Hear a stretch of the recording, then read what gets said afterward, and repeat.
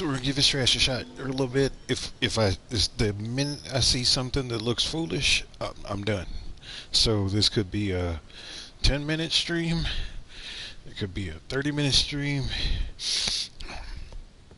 It could be a hour stream.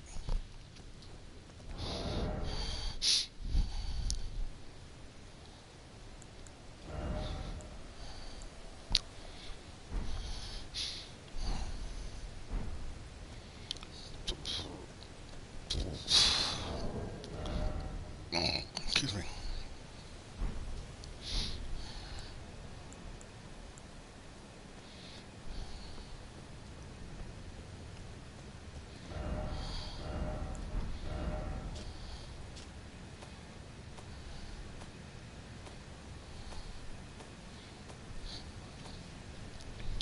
If you're curious, I am playing back through the original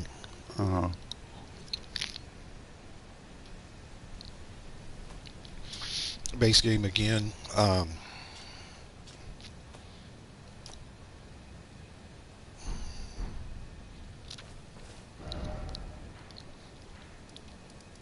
need someplace quiet.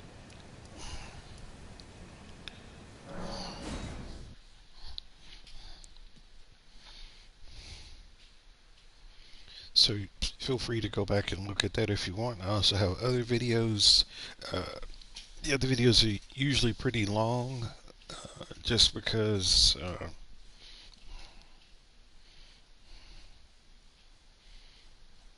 I usually have them playing while I'm working or before I go to sleep at night after I finish watching the news and all this other crap. Alright.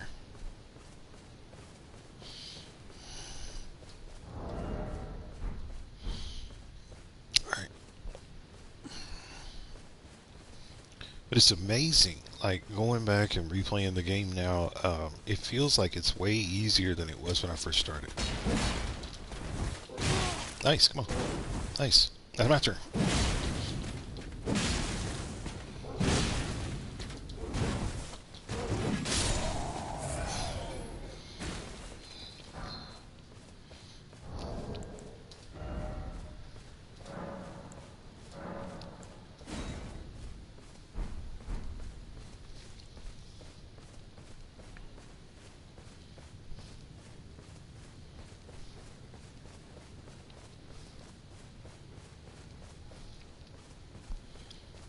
Like super duper high, it's relatively low. Uh, if you're curious as to what I'm working with, this is stats.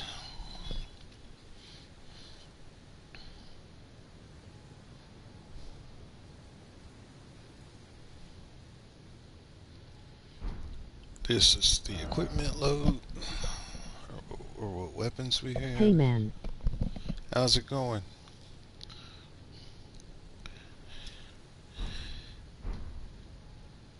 Just was playing through the original, like the base game again. It's been a while.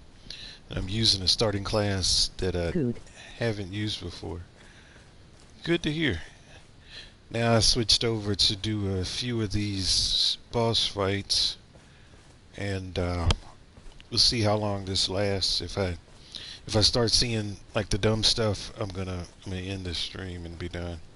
Seems like there's a lot of people that have not spent a lot of time learning how to play the game, and they are addicted to co-op and addicted to messing with other people, and I just don't have time for it.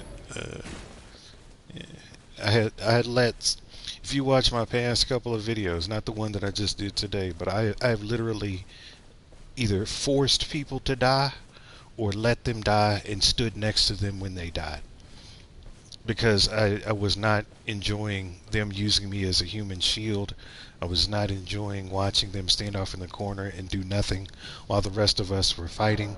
I was not enjoying the fact that their characters weren't balanced and optimized, and they were only doing 200-300 damage, when at this level you should be doing at least 400-500 average, and you should have an attack that can do at least 1500. If you're not doing that, then you need to go back and check your character. Your build isn't right.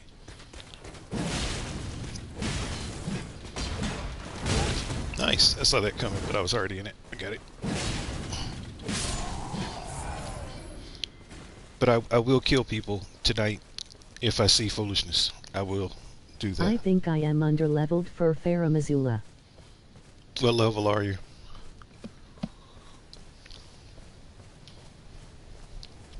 Should probably be at least about 60 or 80 before you get to that.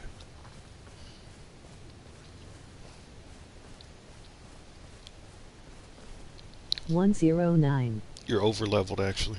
Hold on a second, I can tell you. So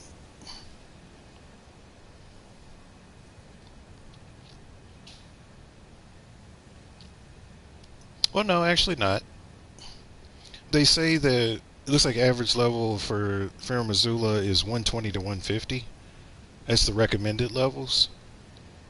I'm just thinking about myself. I can do it at about 80. But if you're at 120, it says between 120 and 150. If you're at 108, you can level up some more and you won't be too bad. It used to be that they said that 125 was getting to the point of being O-leveled. I think when the DLC came out, they upped everything a little bit. But yeah, so they're saying like 120 to 150 roughly.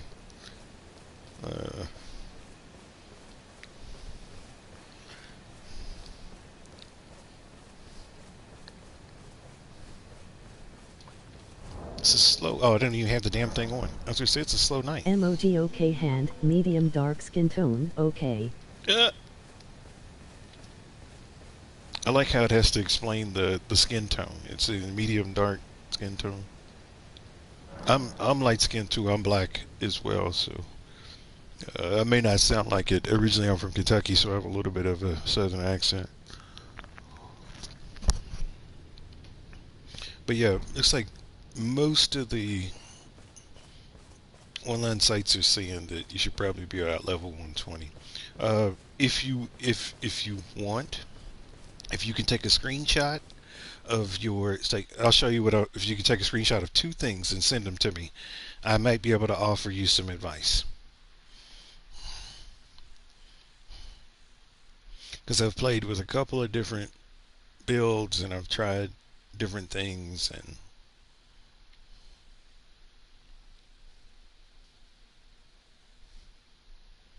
but if you're at 108, are you using co-op? Are you using other people? Because if you're using other people, that's what's making it harder. Because every time you add players in the co-op mode, the bosses get stronger. Like, not necessarily with the physical attacks, but they get more health. And so it looks like when you hit them, because they get more health, it looks like you're not doing as much damage, but it's because they have more life. So maybe try not to do co-op and just use a mimic tier, and it might be easier. Are you struggling with Malekith, or are you struggling with the level? I guess that's the other question.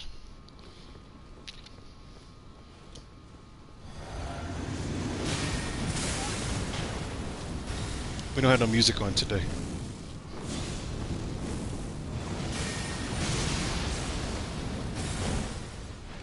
Suck up! Woo! That boy's reflexes. Still hot. Ah! Bam! Give it to me. He's hit!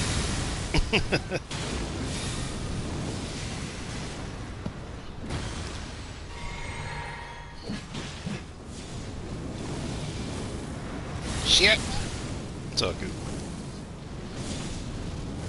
Somebody trying to throw fireballs.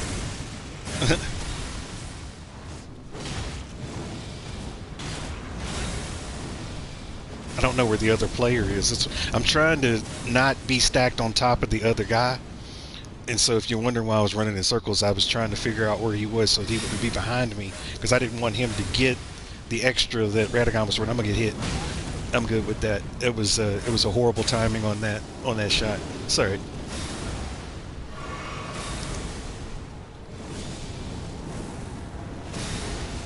I should have hit him, but that's okay. Host is dead anyway, so it doesn't matter. But yeah, if you can send me a picture of these two things, um, I might be able to make some suggestions, especially for that level. That level is a little bit different than most, so you have to be very mindful of um, the fact that they're doing a lot of slash attacks. One, and a lot of people have lightning, and so you have to be mindful of that. Send me a screen capture of this screen so I can see what incantations and buffs you're applying and where your points are. And then send me a picture of this so I can see like your what weapons you're using and potentially like what skills and stuff like that. Uh, this character is so this character is at level 125.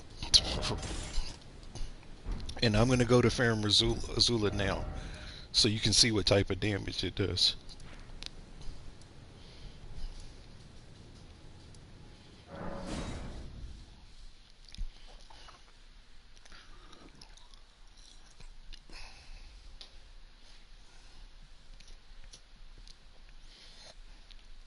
So this character is very close to where you are. You're just a little bit higher at 125. So about what? Was that 17 levels roughly? Higher.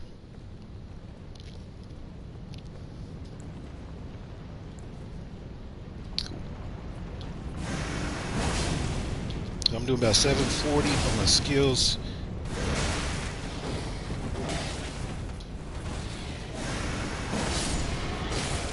Nice. Nice. I didn't expect to get double teamed, but that's good. The other thing too is you definitely need a shield here. At least I do. It's hard for me to play in this world because the things are hitting so fast. Well, there's two things. One, I probably could evade it. I just don't have the desire to. Uh, but if you get hit, it's easy to take like multiple hits like really really fast. My suggestion here would be to go here, take that off, put this here.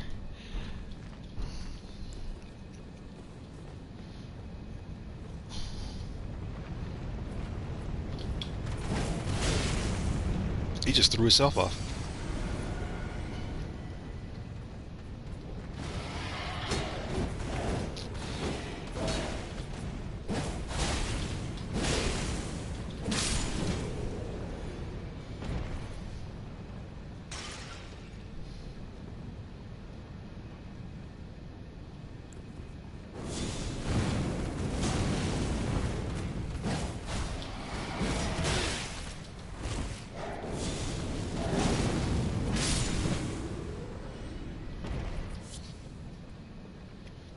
But yeah, skill wise, let's see. 2400,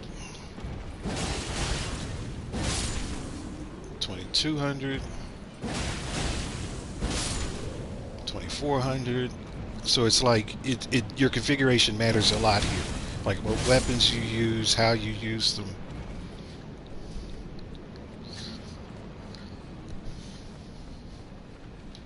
Honestly, if you wanted to do this level on easy mode, the easiest way to do it is to get a weapon that has Stormcaller on it.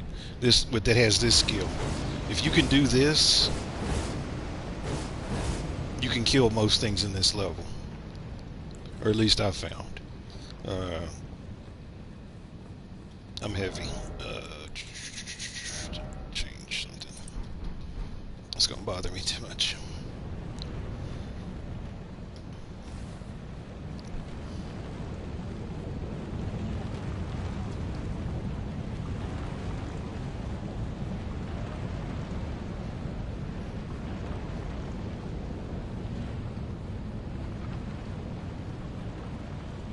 I didn't know if I killed that dragon yet or not. That's why I'm looking up like that. I was trying to see if that dragon would come out of this guy.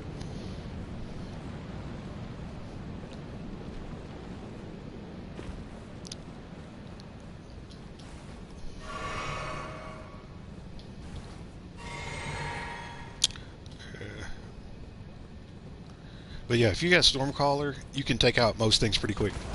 Because the thing is, Stormcaller makes a wall.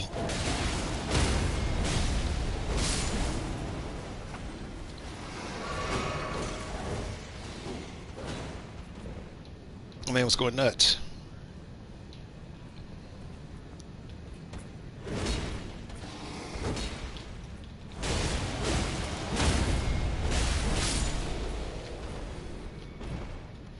And so my Stormcaller is level 21. I got it cold. So I'm putting Frost in. I'm doing Frost and Bleed because it already has Bleed as a passive, and then I can put Frost on top of it. So basically, I'm doing Frostbite and Blood all at the same time.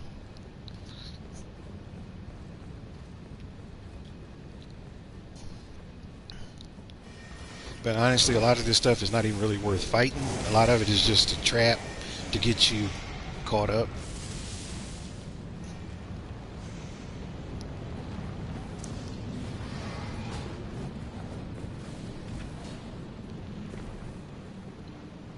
Have you fought the Godskin duo yet?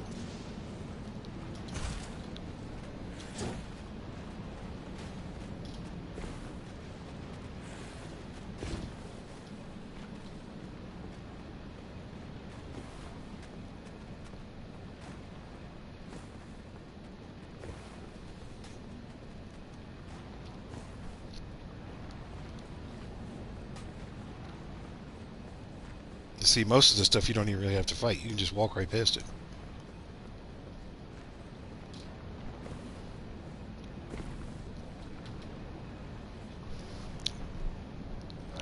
And this is the biggest reason why having a shield and Stormcaller is going to be important, because of these guys here before you get to the Godskin duo, because these guys wild out.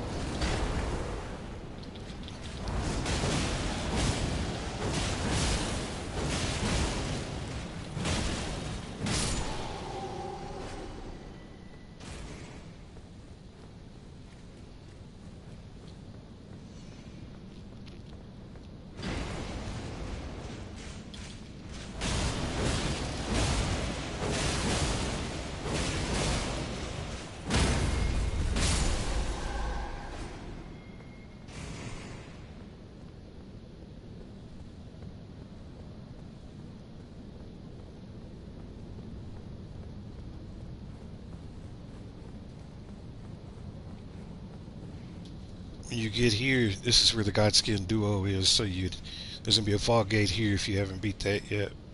If you have, then it's all good. Get past there.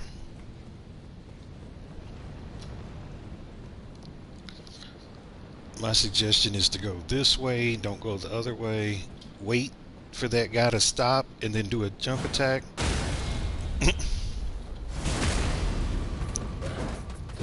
And then as soon as you get out of it, go straight into Stormcaller. And if it doesn't take him out, do it again. Yeah. Once he's dead, keep going around. Don't worry about that dog. Those items aren't worth it. Don't worry about these dogs. Just go around them. You're gonna go straight. When you see that guy come around the corner, turn right.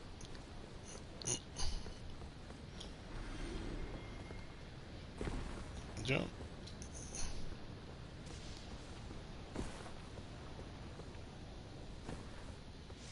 Follow the path this way. Hey man. Hey. I think I am underleveled for Faramazula. 109. Emoji okay, hand, medium dark skin tone, okay.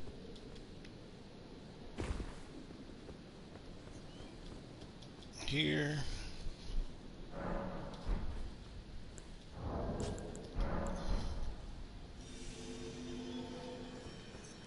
Go around the corner. Go down. Jump. Let them birds have that thing. Not worried about you.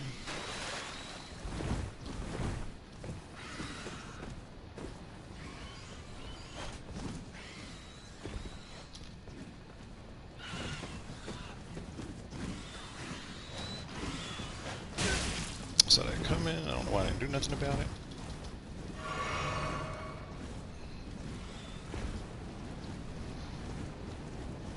There's gonna be a dragon right there. Right there. Keep going around. I'm just going the fastest route possible, like, so I'm not spending a lot of time getting caught up. Are them birds still behind me? Oh, they're just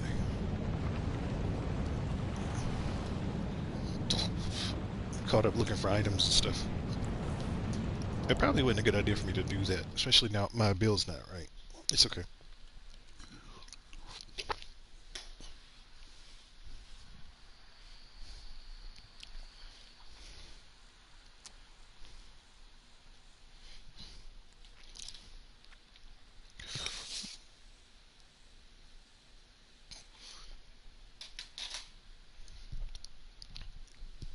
It's okay. We can fix it.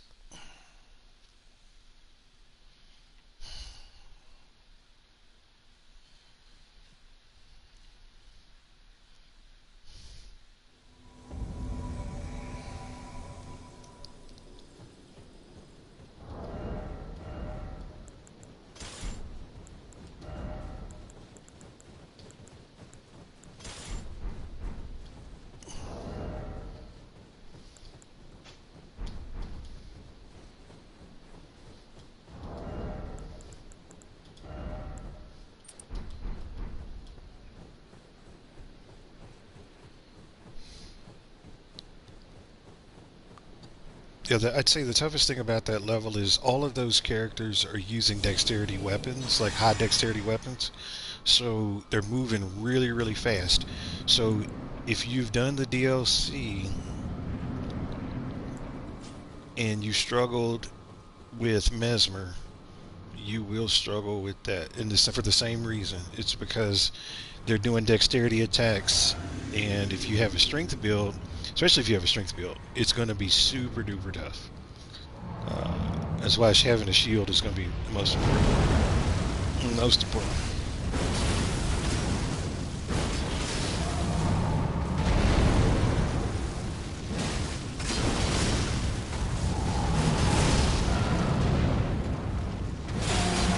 You see how the host is actually up here participating in the fight? Isn't this an amazing thing? You see how much damage we can do when everybody works together? Instead of just standing back there being a jackass and being scared of everything because for whatever reason they don't want to die.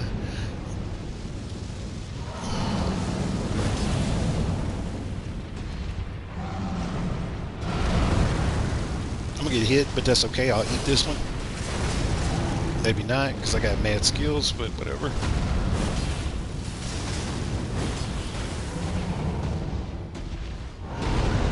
Go ahead, swing that damn thing. Go ahead. Got that.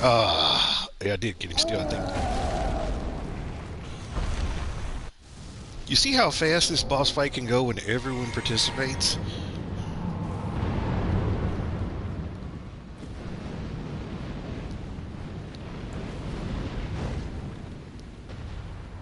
See, wait for. Oh, he's about to do it. Get back, get back. He was stupid. He was stupid for seeing her. He got too excited. He was so happy that we got through that first phase so fast that he just stood there and got burnt up.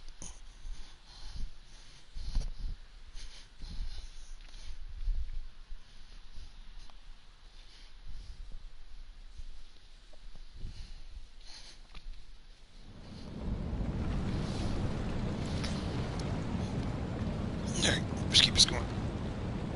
Go past you. Go past you.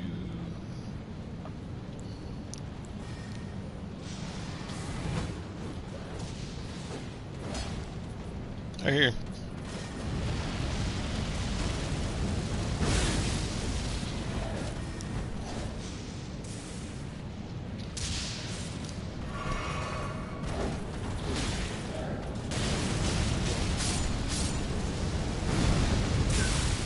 Good.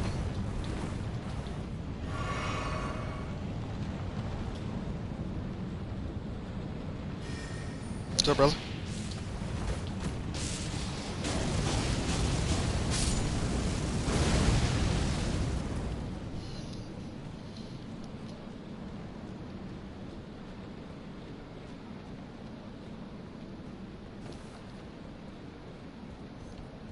pad.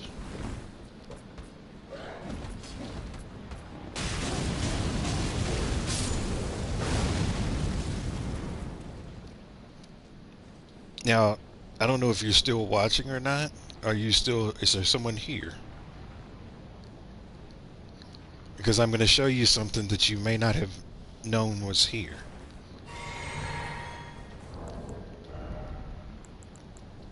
No, no one's here.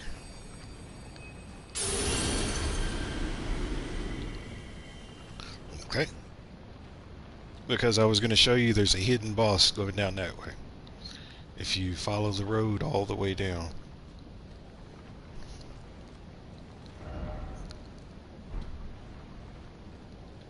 Whatever.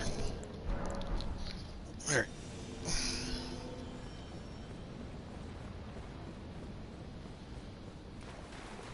Pass these guys. Dodge roll through you.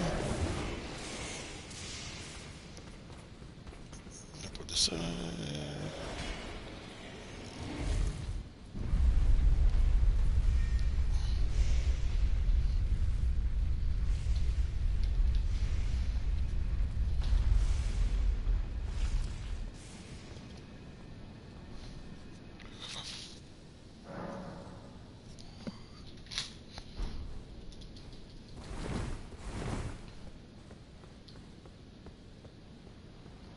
Up the steps.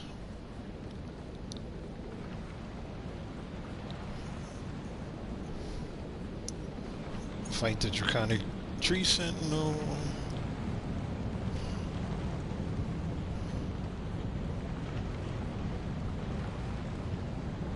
And then Malekith is in here.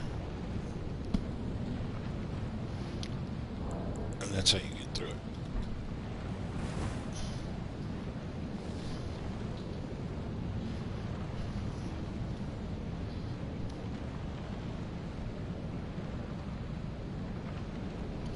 Yeah, Malekith is through that door. And so this is the Malekith boss arena here. It's pretty big. Just keep in mind when you do fight Malekith that there's a big hole around the outside. And they do that for a reason, because a lot of people like to dodge roll back and play on the edges and stuff like that. And it's real dangerous to play on the edges here, because either you can get knocked off or you can accidentally walk off.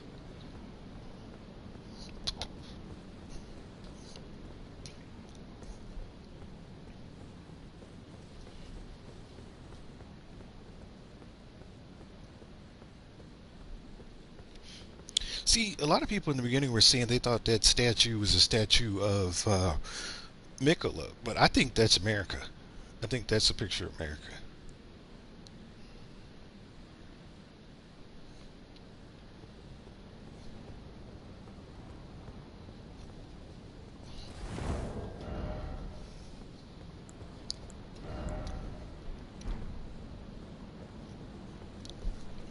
How much is this one? 6. How much is this one? Can't get any of those. Can't get there.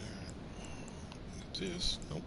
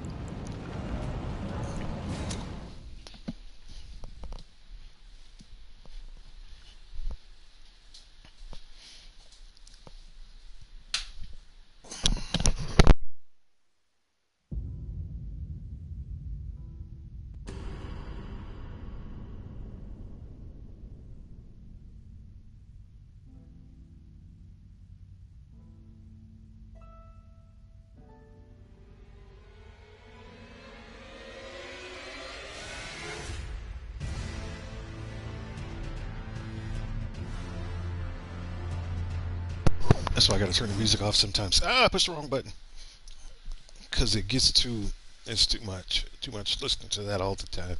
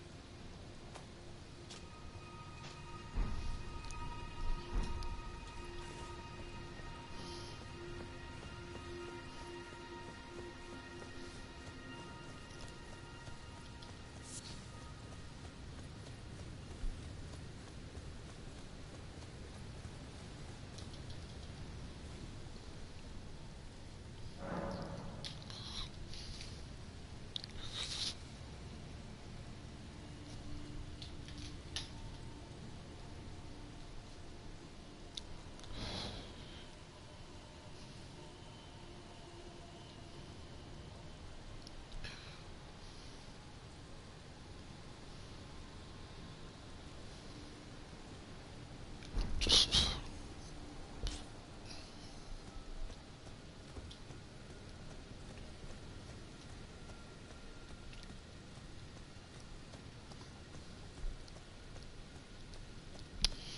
it's like one thing that I've noticed in doing boss fights, the number of times that I get called up, no matter what the level is, has decreased dramatically. I think the game, as far as online stuff, is on its last legs, because not as many people are playing through the game as they were. Either that, or everybody switched over to uh, PvP matches. And really, the only way to test that would be for me to activate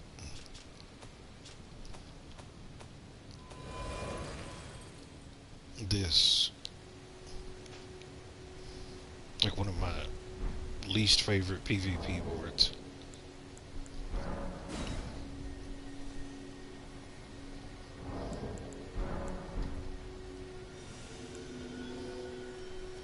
Like I said, now I'm pretty sure with it's like it seems like there's a new "this is the best build to use" video that comes out every day. So I'm sure everybody has their own perfect builds now that they've copied off of something else.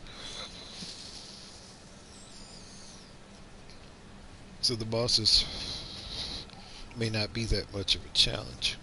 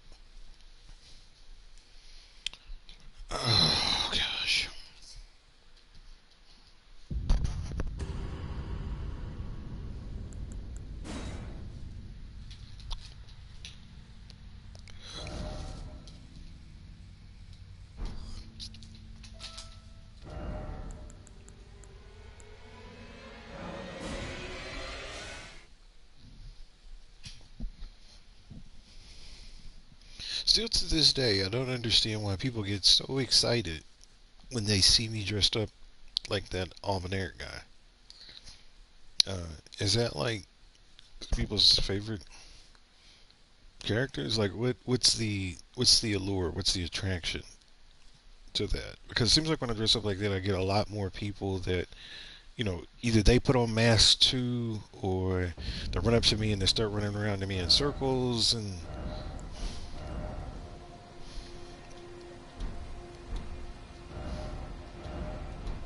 in fact, we're gonna put it on.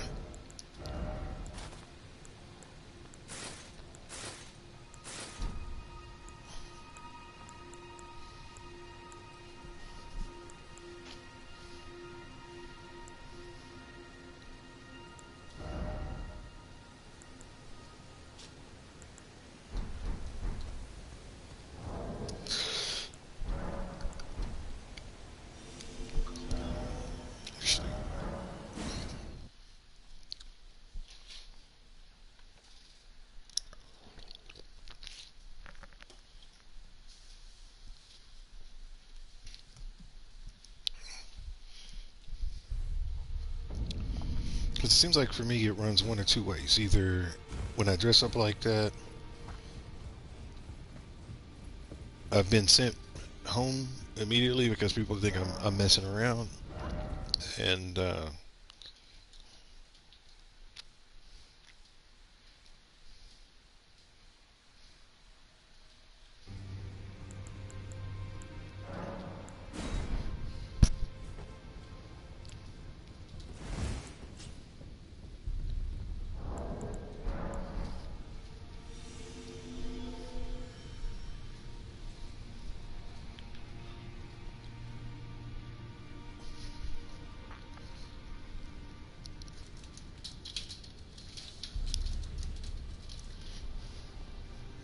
but there's actually some function behind the armor set that I'm wearing.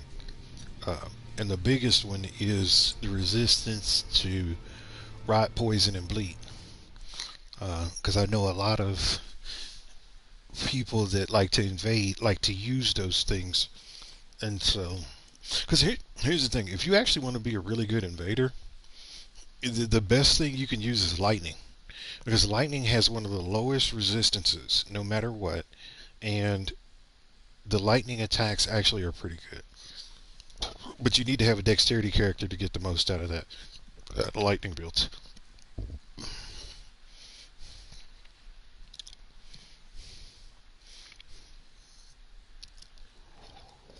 Hey!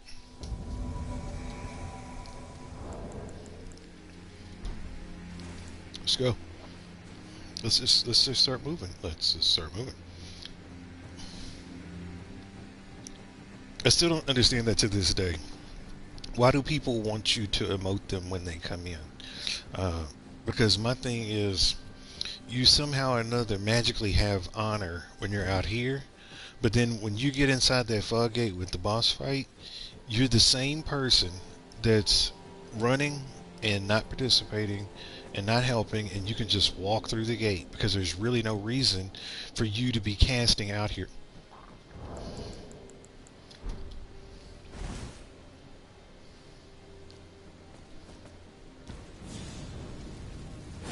You should do all that when you get inside, because as soon as you cast that spell, the clock starts to tick. And the thing is, you want to be as close to that boss as you can before that clock starts. And you don't want to be. And let's watch the host. Let's just keep an eye on the host. Let's keep an eye on the host.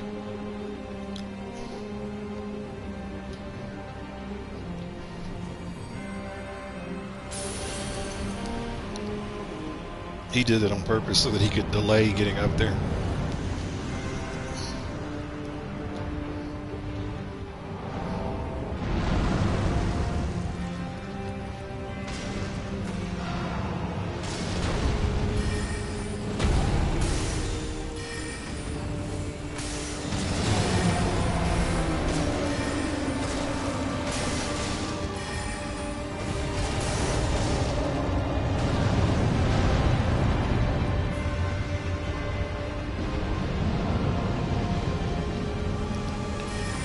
I missed. Too far. Maybe not.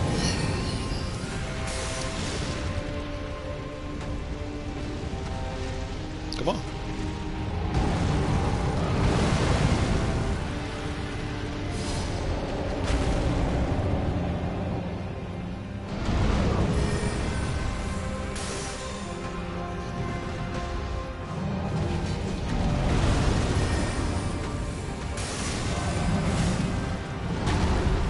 That's bullshit.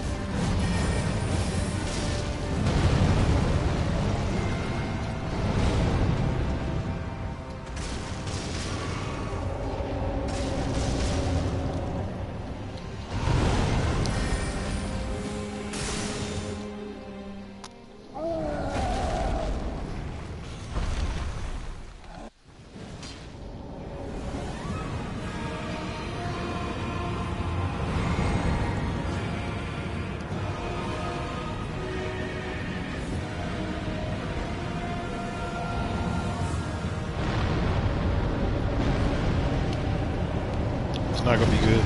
Host's about to die. They're not.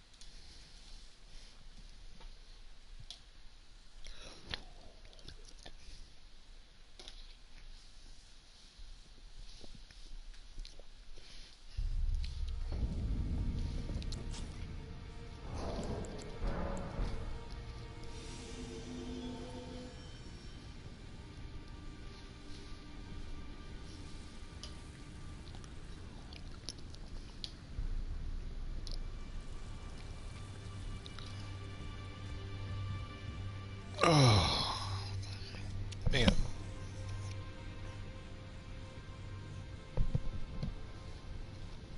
I need to figure out a way to get more air moving up in here.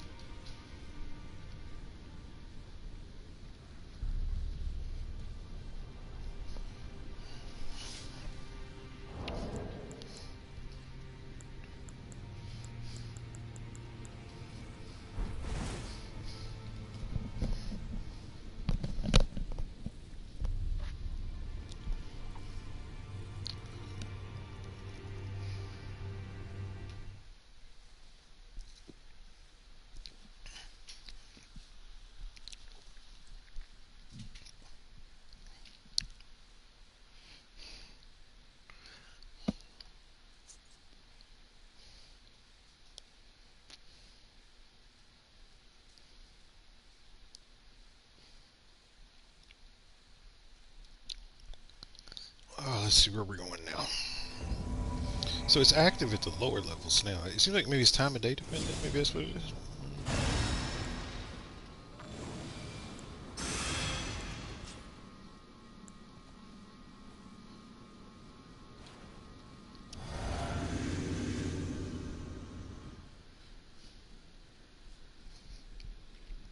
It's Friday night. Since tomorrow's the weekend, folks are on playing, I guess. So, excuse me.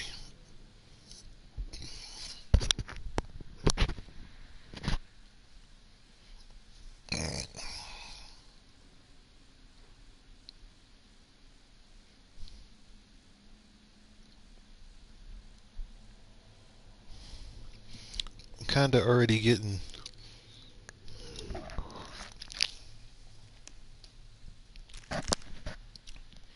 Let's see. Let's see. I don't want to say it. So I have kind of feeling that I'm getting not so good vibes about this host just based on the armor set.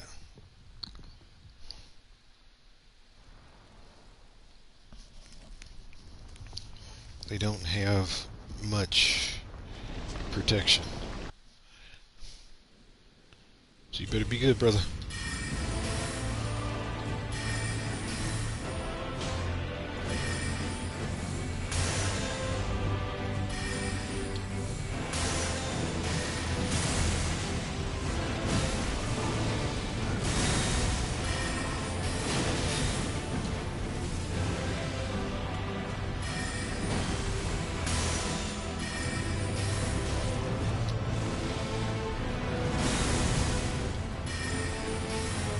Yep, the host is trash.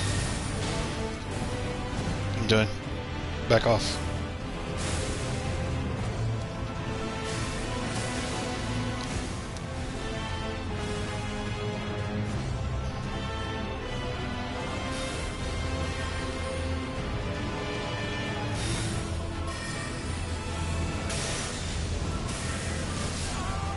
There it was. That's what I was waiting. I knew it. What I've learned is people that use that Bloodhound Fang are not to be trusted.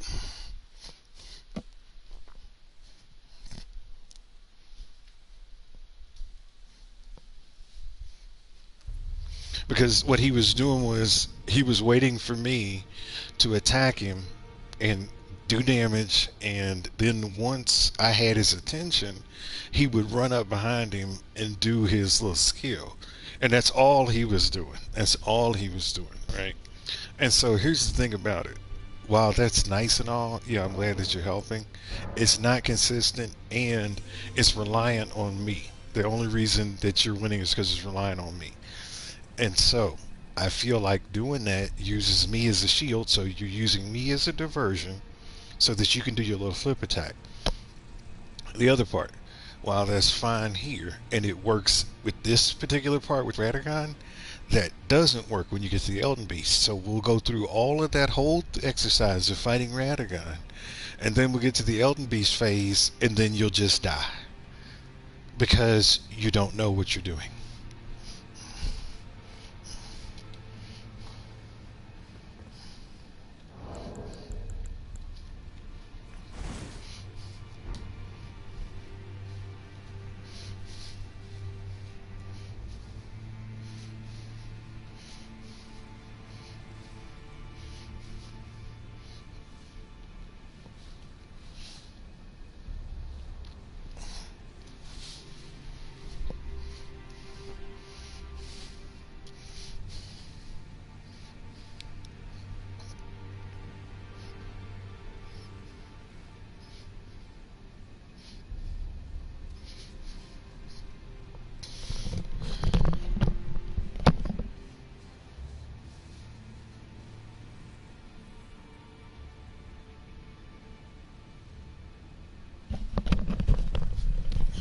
Oh, all right.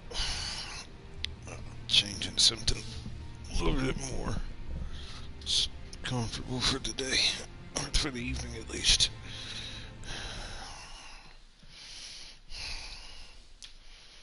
Hey man. Good. I think I am underleveled for Farah Missoula. 109. Emoji okay, hand, medium dark skin tone, okay.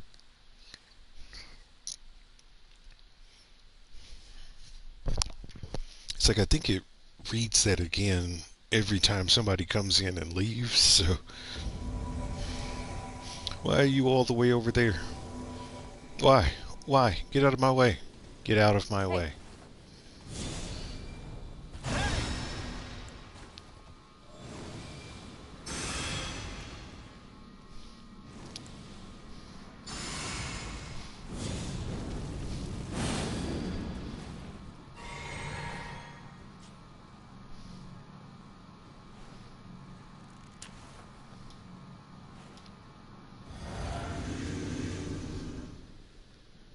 It's like, why would he run all the way down there where the steps were?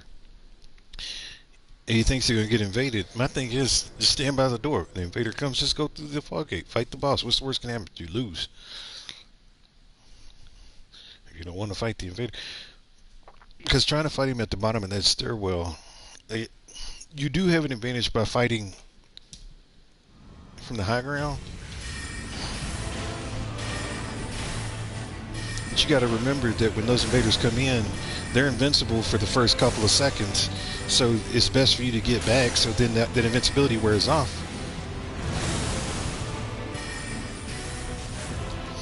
Come on. Come on.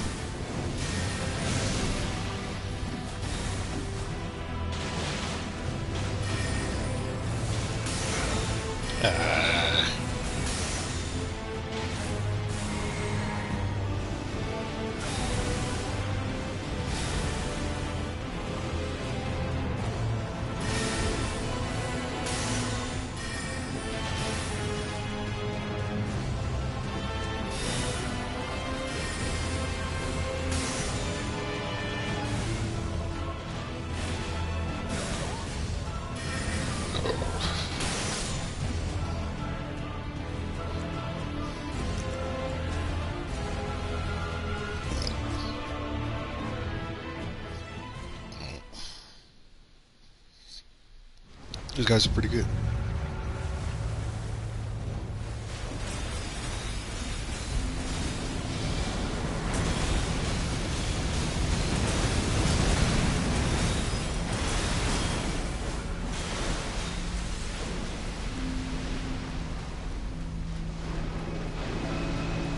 Spread out. Spread out. Nice.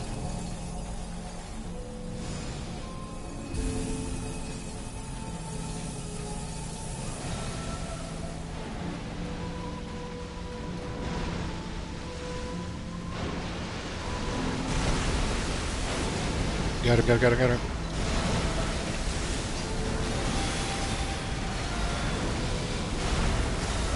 It is. It is.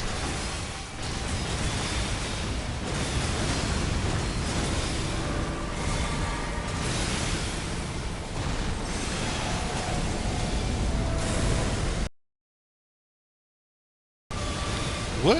Why did I get pushed back? I was... Oh, the game cheats.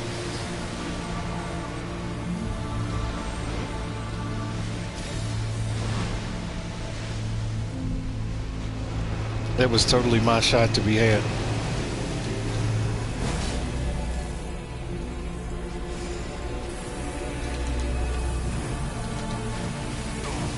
I knew one of them was going to get me. It's all good. These guys are pretty good. Like, they understand how the game works at least. Oh, gosh. It's so helpful. So helpful.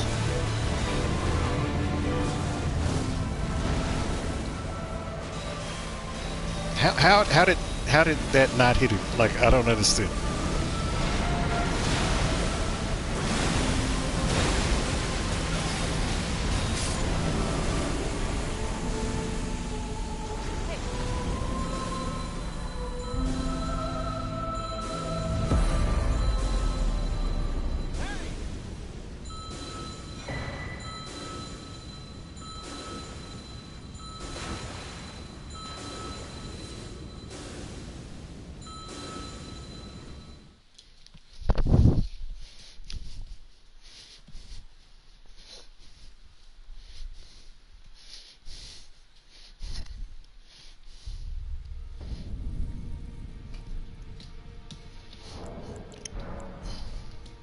Those guys are doing good. They were taking care of work. And once again, you see what happens when everybody is doing their part. Like when everybody works together, boss fights aren't that bad. But when people are scared and running away and not participating for whatever reason, it draws out the fight and makes it much harder than it should be. It's like you have 3 people going to the fight and only 2 people are doing the work. How much sense does that make? Because like I said, every person that gets pulled in adds additional health to the boss.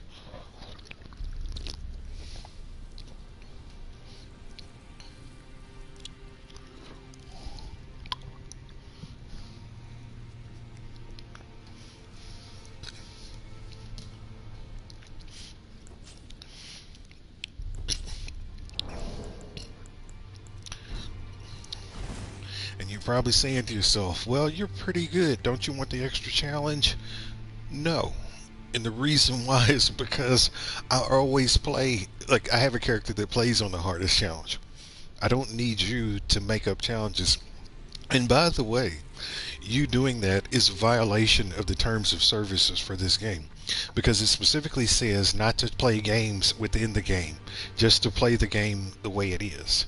So you're not technically supposed to be saying, I'm going to stand back and not do anything. Uh, because when you do that, you're creating new rules and you're actually modifying the game. That's a mod by doing that. It's basically it's a voluntary mod on your side. But the thing is, I don't know that you're going to do that until you do it, and that's what makes it not fair. So if you call people in, fight. If you're not going to fight, then don't call anybody in. You can easily use your mimic tier. You can do all kinds of other things. And I'm not sure if you're aware, but if you play the storylines right, you can have Selin come and join you during this fight. Selin can fight Radagon and the Elden Beast with you, and you can call in your mimic tier too, if you finish her storyline the right way. And she'll actually show up as a gold summon on the ground. You'll call her, and she'll start casting all kinds of crazy shit.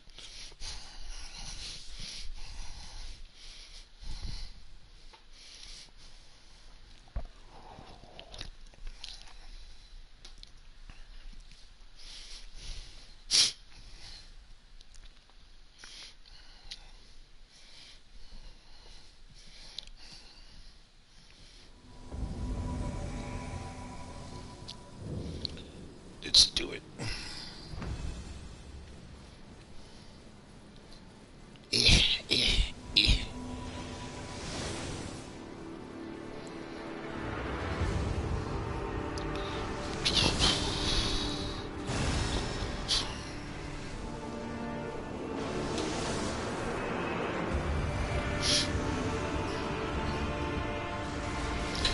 I don't have a shield.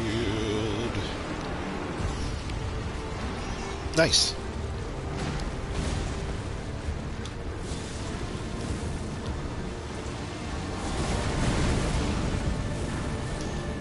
Just out of my range. You hit me? Good.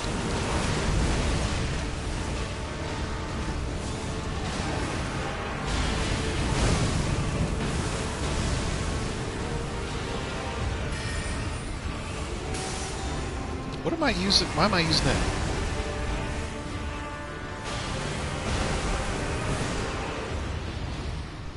It's because I'm used to using it, is what it is. It's creature of habit. Whoop, he's coming in.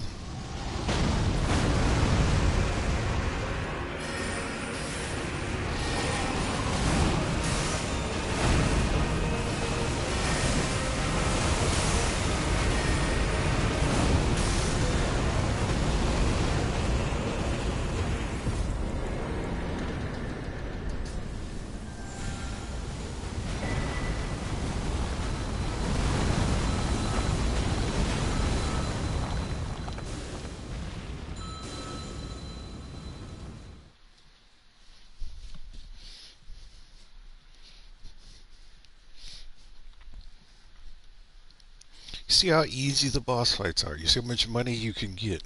You see how this all works. Everybody's helping everybody get money. Nobody's getting stressed out. Everybody's getting to do their special moves. It's a great day. It's a beautiful day in the neighborhood. The reason why is because everybody's participating and nobody's being a jackass.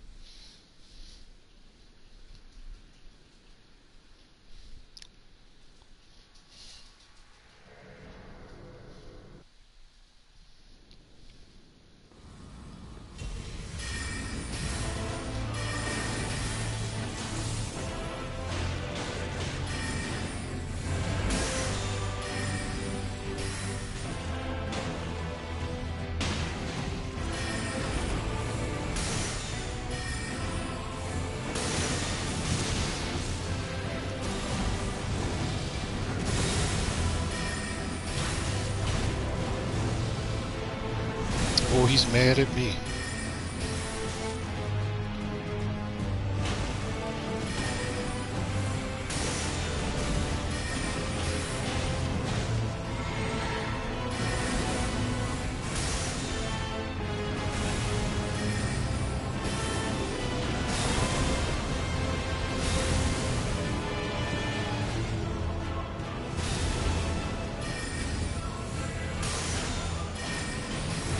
You guys are kicking ass. This is awesome.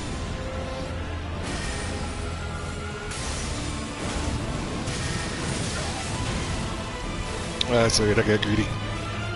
I deserve that.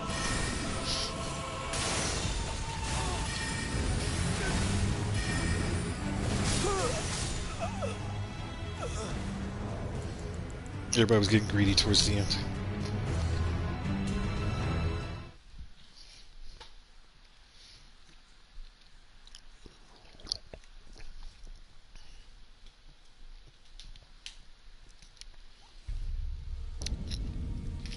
I tell you what, the two things that will kill you the quickest in this game is greed and the camera. I'm telling you, those are the two things every single time. I won't say every time, but most of the time when I die, it's because of one of those two things. Either because I was being greedy and I kept hitting when I should have stopped, or my camera angles got all messed up and I couldn't get the dodge rolls and stuff right. Because in that one where I got hit, I was being both greedy and the cameras were being wonky. When you get so close and he's up in the air like that, the camera seems like it just kind of spins in circles sometimes, and it's just hard to keep up.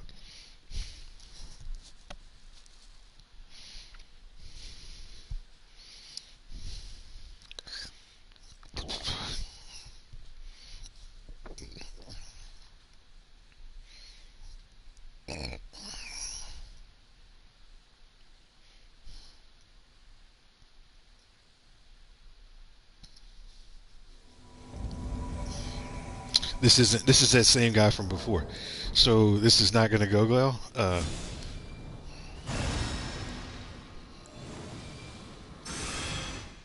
This is the guy with the bloodhound fang. So watch. We'll play it through, but watch. He'll die when he gets to the Elden Beast because that bloodhound fang is not going to be as effective as he thought it was going to be.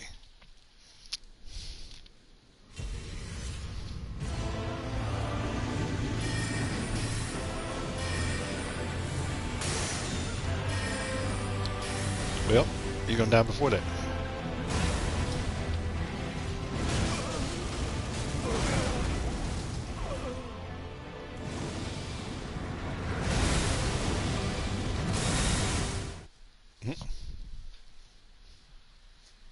Told you.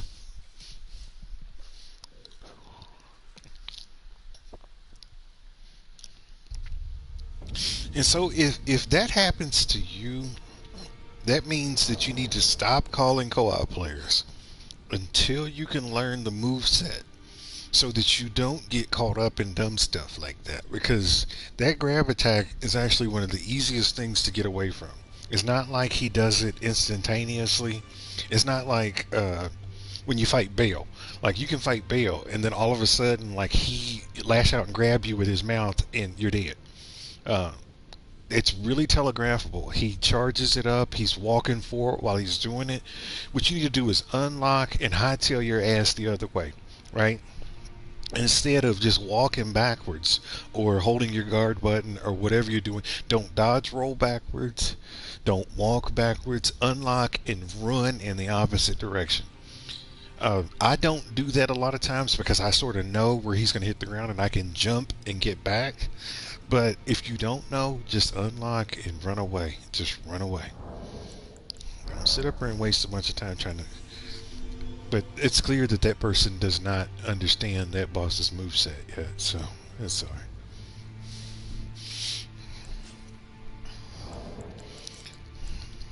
If they call me back again, we're going to leave.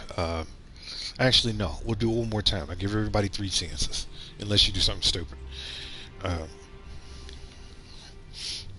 So that was his second chance.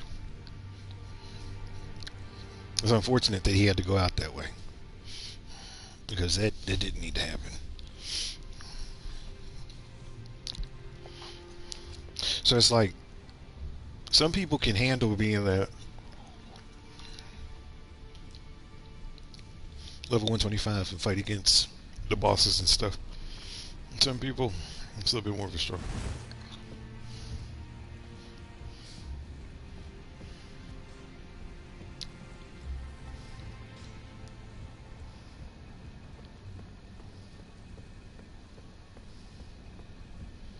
And if it is, that's okay. Because it's not like I would be really surprised if anybody beat this game um, their first time, unless they played like other Dark Souls and all the rest of the other stuff.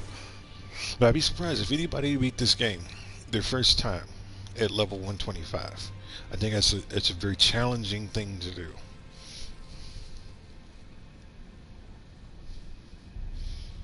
And the reason why I live here is because it's at 125, it's at level for a lot of the stuff that's later in the game, but then it's over level, but not crazy over level for some of the earlier stuff.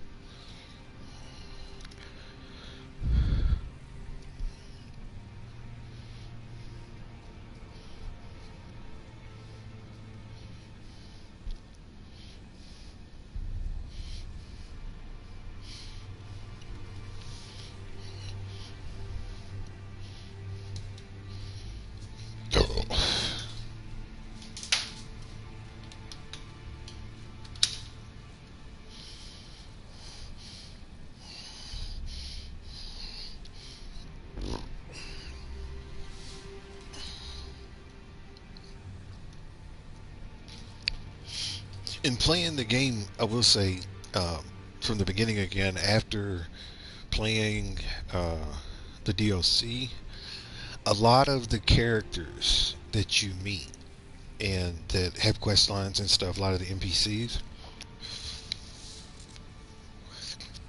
their stories actually parallel the stories of some of the demigods, if that makes sense. And so it almost feels like it's very cyclic.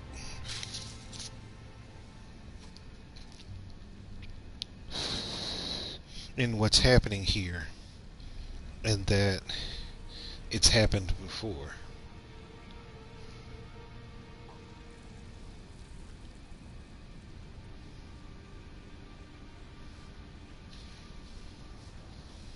I think it's funny how that picture of Radagon is right next to the Erd tree. So I think one of the themes too that runs through this game is relics. Everybody wants to give you a piece of themselves, and if you're not familiar with the concept of religious relics, they live in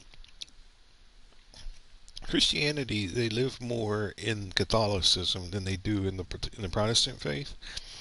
Uh, but the idea of keeping body parts of saints and popes and people and things like that is a practice that's a little bit more well accepted in that world. An idea of a relic would be almost like uh, the candles and stuff the Catholics have, and rosary beads and all that kind of stuff. Like those things are ceremonial things that are meant to induce something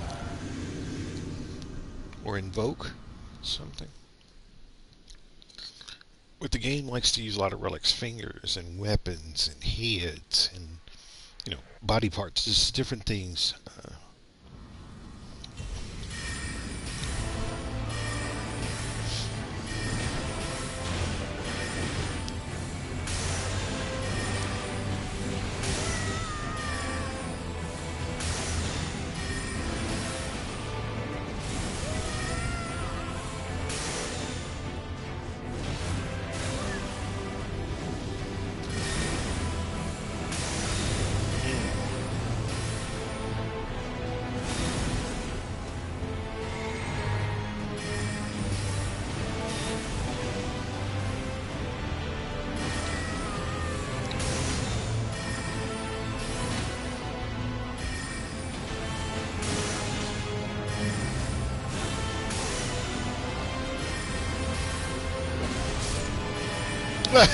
How did he do that? Even though he had no life left, he was dead. He was dead.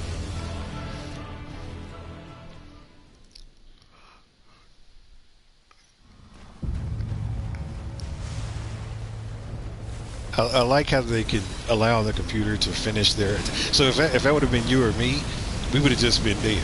But somehow or another, magically, the computer can have no life left, but then still manage. How the hell?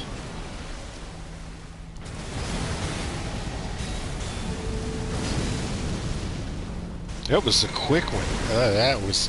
I've never seen him get up and go straight into that. That was interesting. That's why you gotta stay close, because if you don't know, it's the game punishing you for being too far back.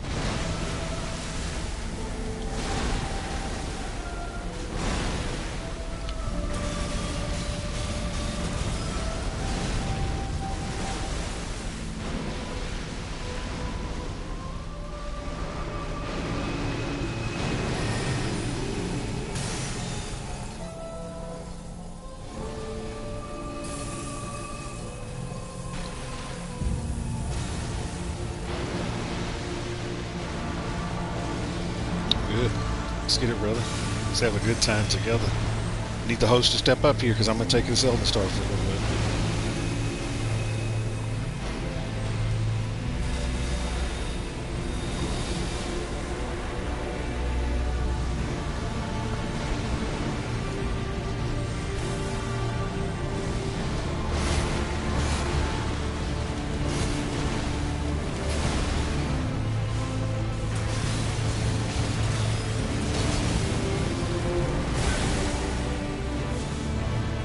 What you hit him for?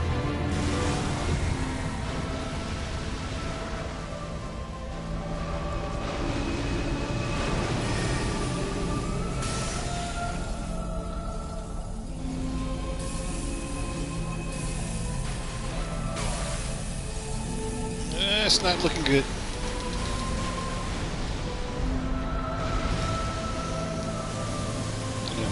Camera just right.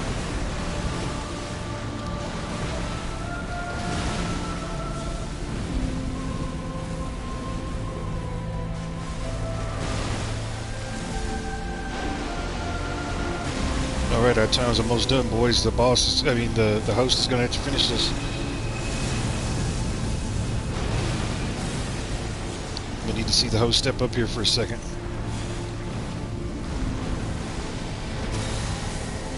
Whoop! Wrong way.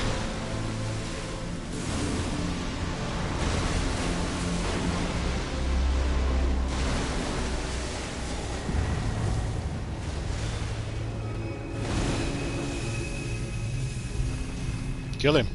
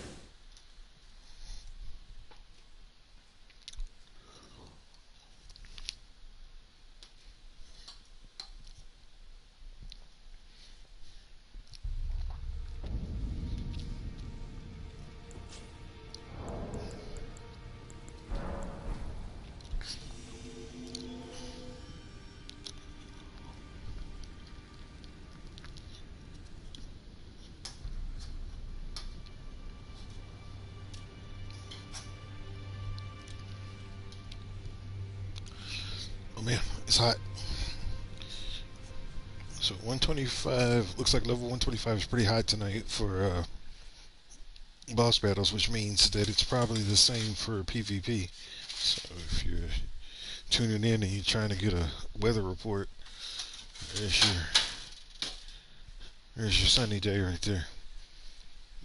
These are the nights when you make the most money. These are the nights when you can level up the best. Um,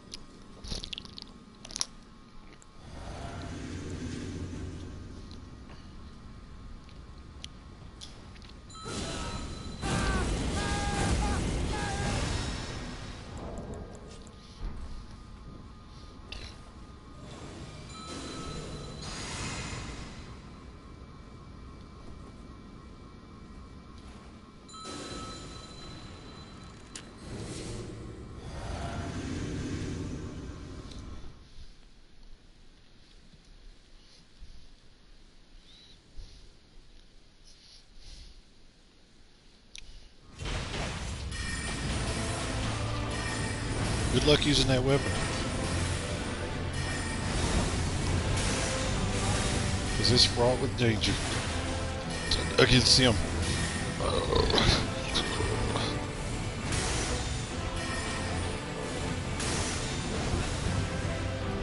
Ah, shit, ran out of magic.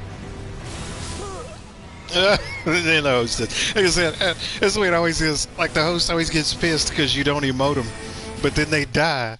They're the first ones to die because they're the weakest. It's like, fuck, excuse me, I don't mean to say, I'm going to go ahead and say what I feel, but fuck you, because I don't have to say hello to you when you haven't even earned the right to be here.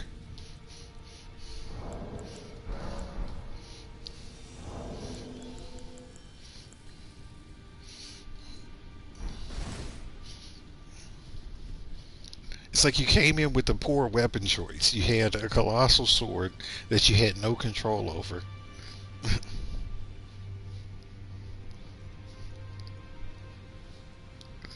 Out of control. Out of control.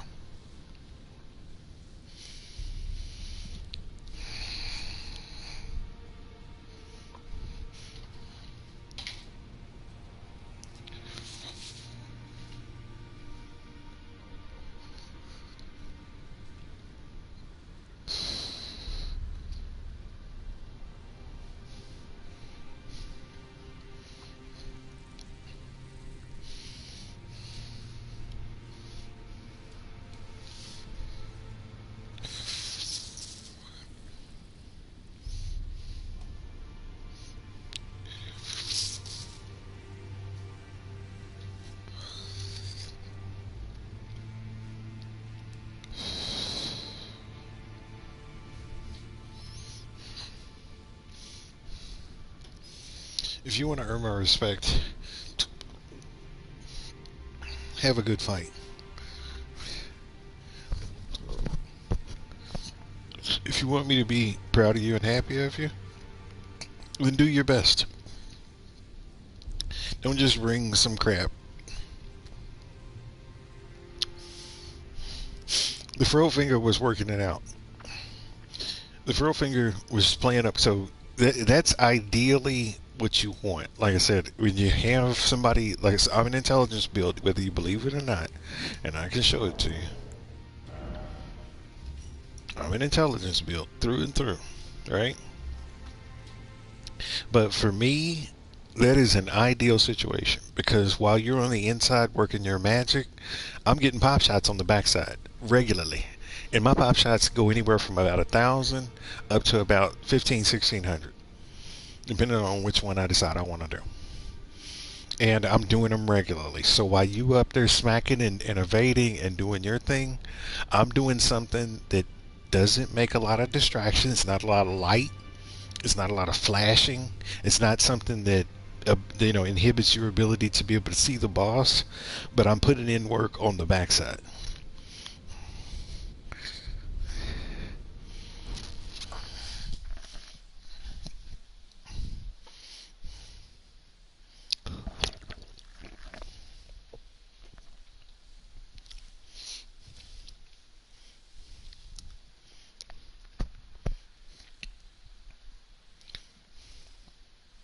Like I said, yeah, I'm sure he's great at PvP. I'm sure, but he sucks at the game, and that's usually the kind of the formula. What I see, either you're good at the game or you're good at PvP. It's not usually both.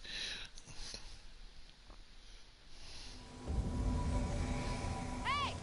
We can all get started. Everybody sees everybody. Everybody's here. There's nothing left for us to do except for to play the game. Let's go ahead and start. And if you want to go that other way, you can. Makes me no difference. Makes me no difference.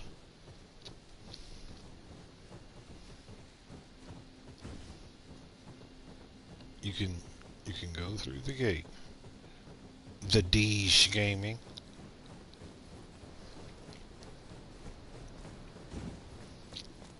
Go ahead, go through. There's no reason.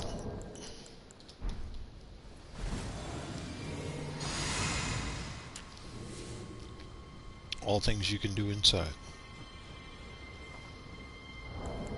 And then it's his first time, so we're going to sit our asses back down again and we're just going to wait.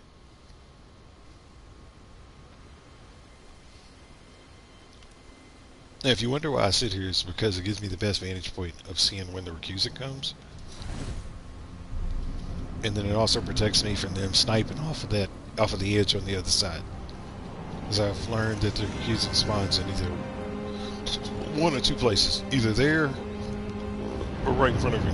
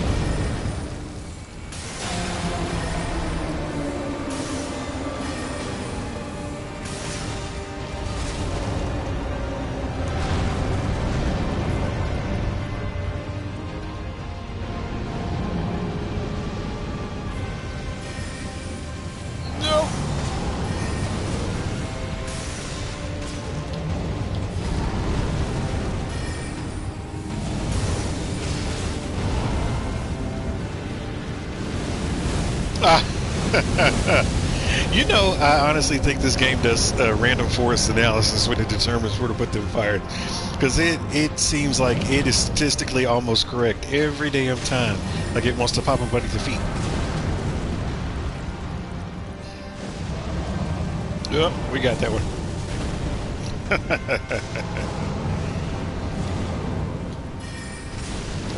Like it plays a mathematics game if there ever was one. When it tries to figure out where to put that shit on the ground.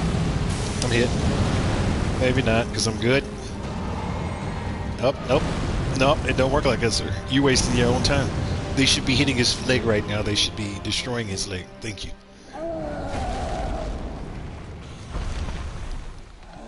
Because he was determined he was going to hit me, because he was very upset.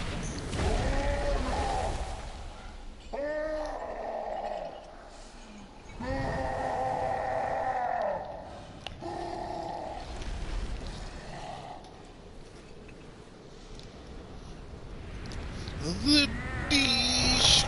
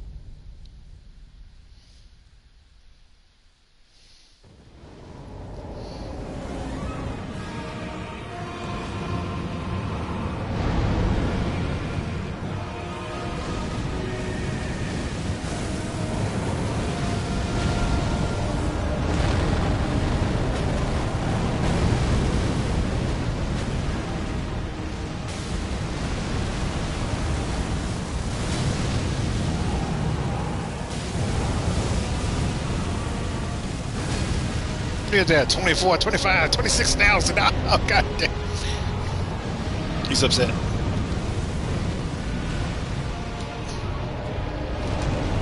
Not today. Nope, we got fireballs. Nope. Nope, not interested. Not interested.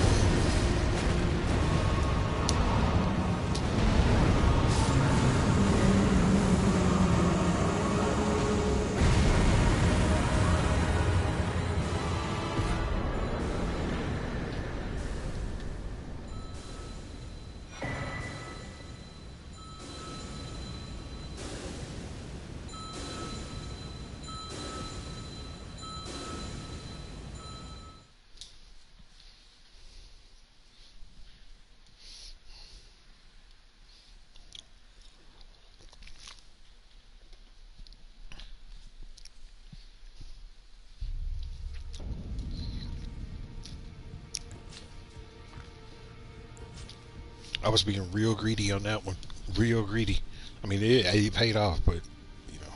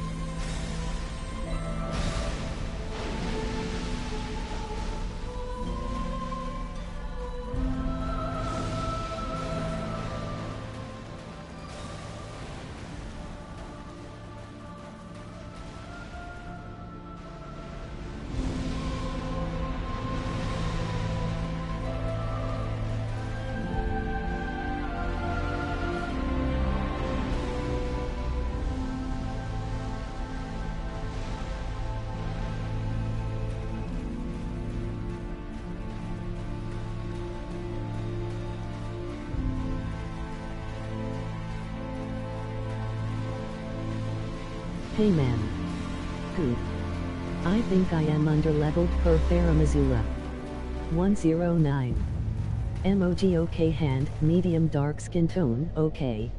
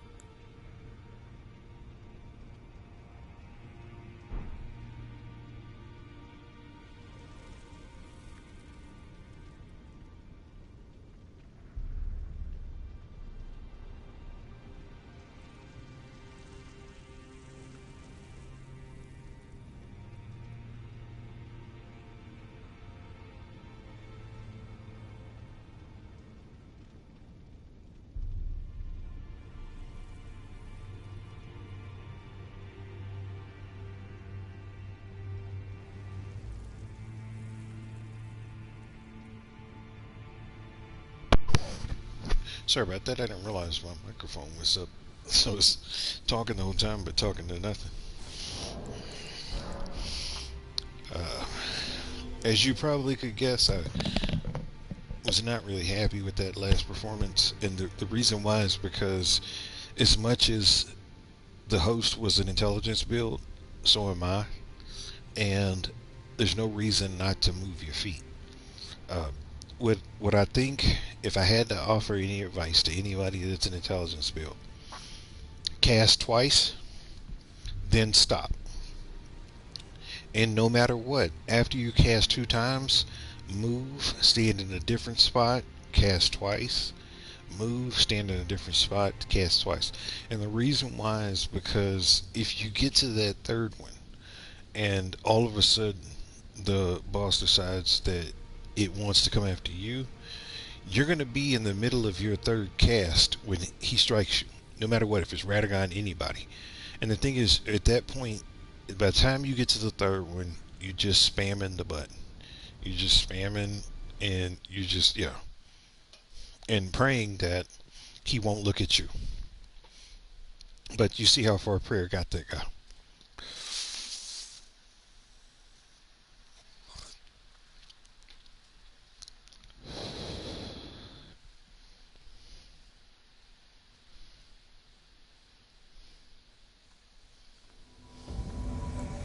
It's fine. I'm down with starting. Let's just go. There's no reason. You don't need to do that. Just go. Just go. And when you get up there, just walk through the gate. Don't stop. There's no reason to stop. That guy is way over leveled. So if you ever get somebody and you see that symbol next to their, like the, where it says furled finger, that means that they've been nerfed because the game has deemed them as being too strong.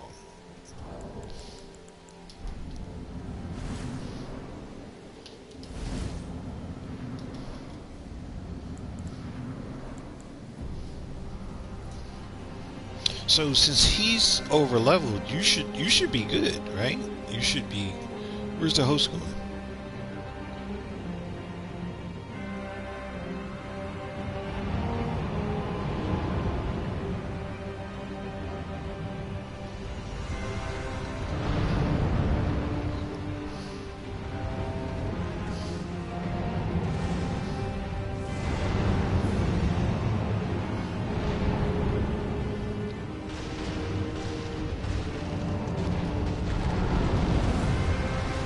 And the host is almost dead. And they're dead now. I thought they were gonna roll over him.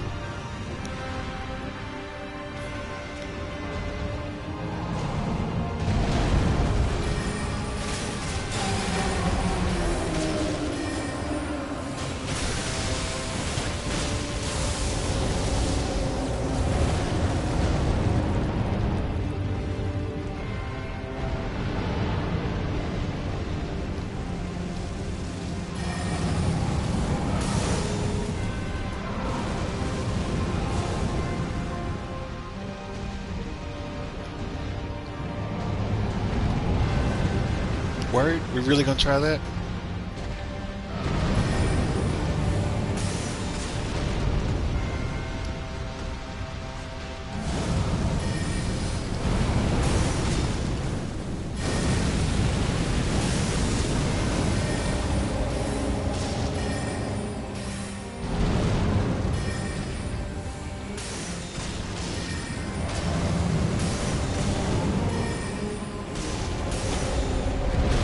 I saw that coming, but I didn't move.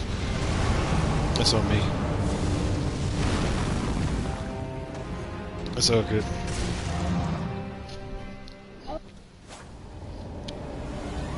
I'm done.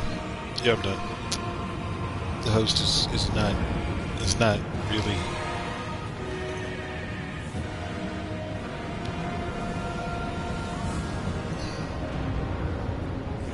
The roll finger's good. There's just really no reason for me to be here. He could have done it with just that one guy.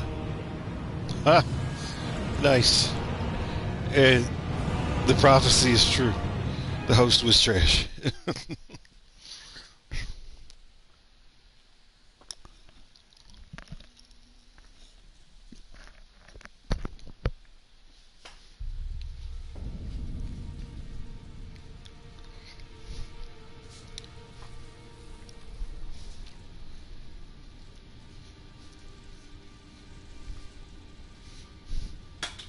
Did all that just to get knocked out right there. That's a beautiful, beautiful, beautiful thing. I tell you, beautiful thing.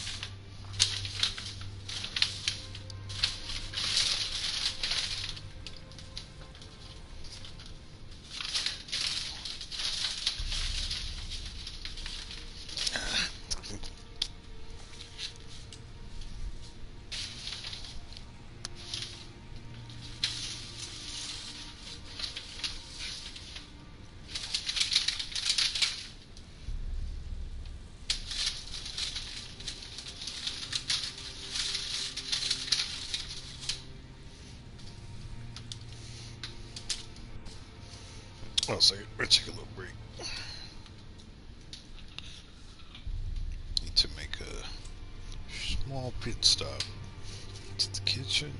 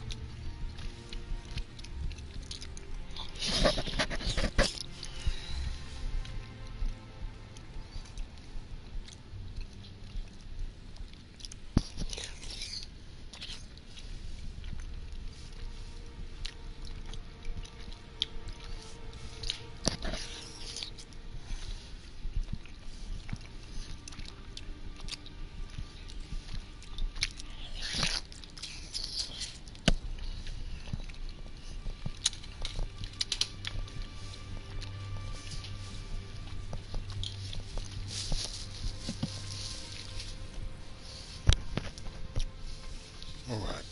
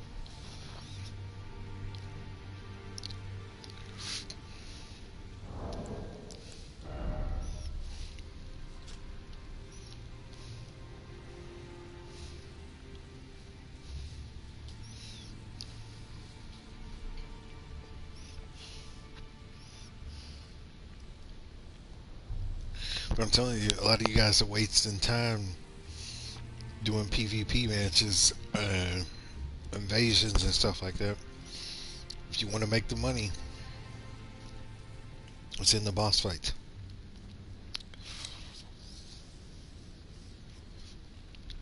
That's how I got to level 713.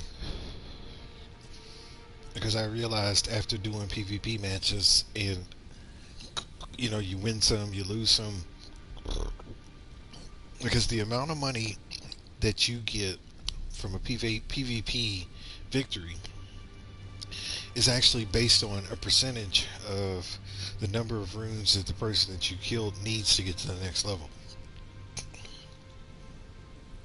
So, the higher the person's level, the more runes you get. But if your invader is smart like me, you won't uh, advance your character past a certain point. so that even if you lose, so what? What you maybe lose 8, 9, 10,000 runes, right? Not a big deal.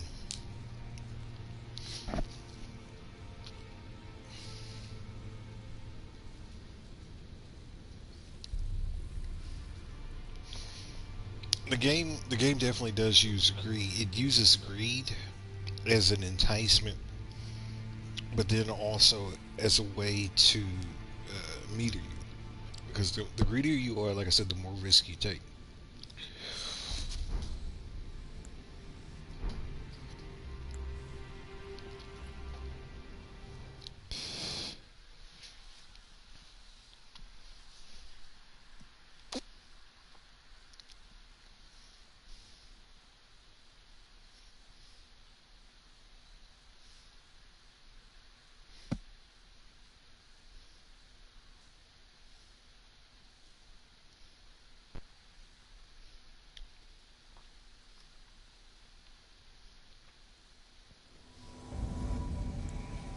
I'm not feeling good about this. I already knew it just by the person's name.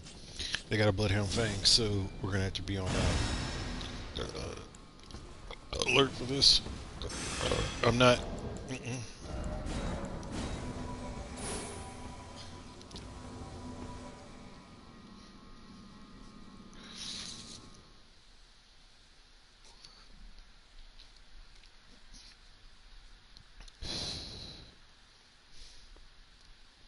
Because all they're gonna do is just stand back and wait.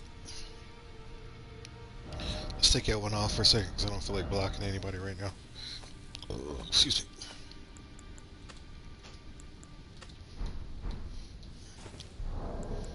I'm not interested in seeing that person again. I have seen some players that understand how that weapon works and use it effectively. But most people do not understand how that weapon works and they don't use it effectively. They just use it to look for opportunist moments to run up behind the boss and hit them with the skill. They're not actually using it to fight.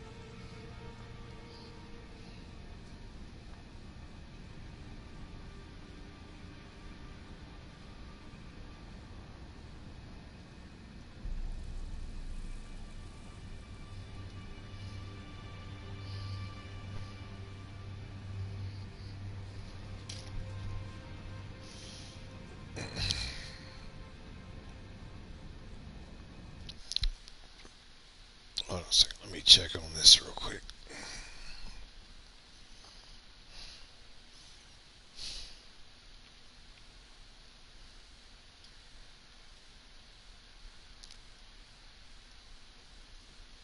Yeah, I'm not super jazzed about playing with that last person. Not at all. Um, I think they were they're on the high candidate list of uselessness, from what I can see, as far as the patterns that I've recognized in players and armament and stuff like that.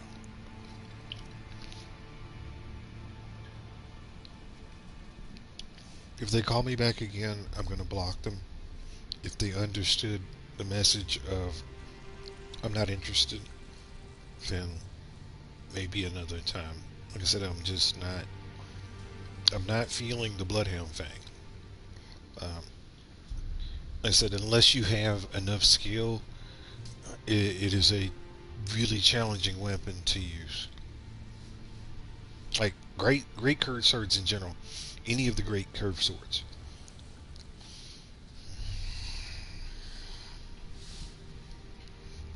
Yes, it might work in PvP. It might work against Morgott and Moog, and some of the other ones. But this particular fight, it's not a really effective weapon.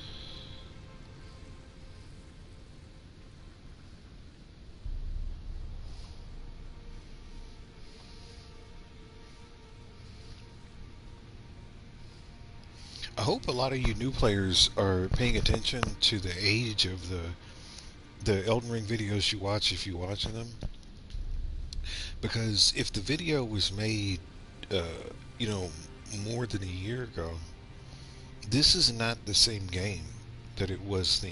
Because a lot of that stuff has been either corrected or, you know, if there were weapons that people had found they were broken and stuff like that. And a lot of that old stuff doesn't work anymore.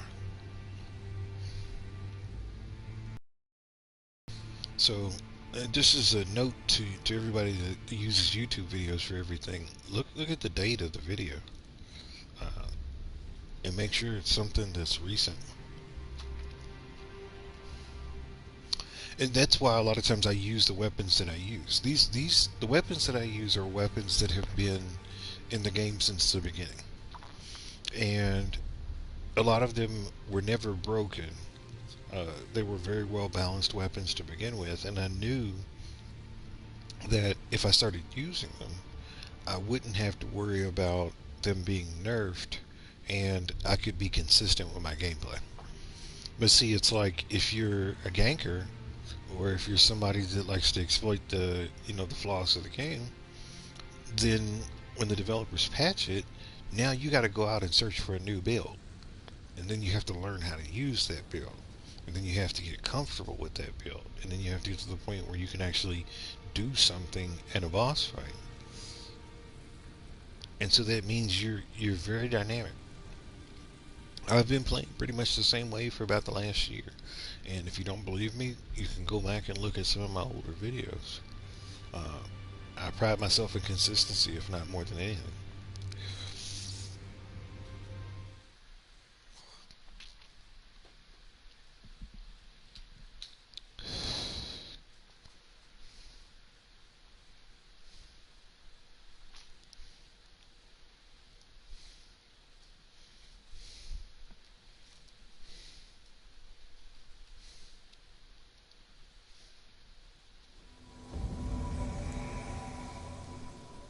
And see, this is already turning me off because he's got the same mask that I do, and so I'm not sure if he did that to make me feel like Like I'm gonna get excited because he's got a Alvineric mask on too, or if he always wears one, I don't know. But because of his mask, I will say that I am definitely apprehensive of what's about to happen when we walk through that door. And he hasn't even started yet.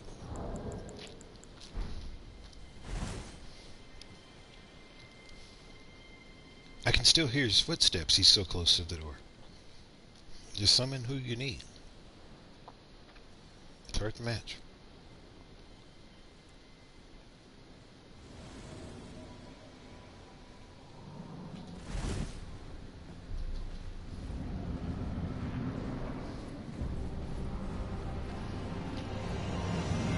Oh man, Alexander is struggling when he walks. I tell you, he's so heavy. I guess his legs, his little legs.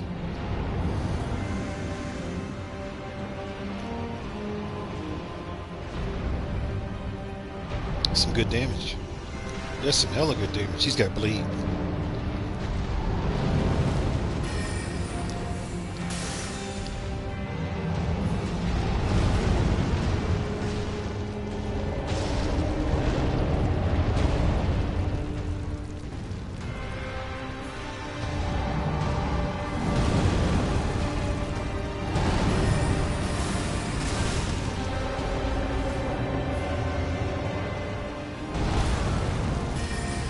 Damn, Alexander took it. Took one.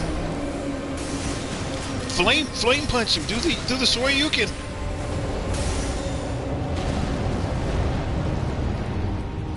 Get Street Fighter on him. Do that old uppercut shit that you do.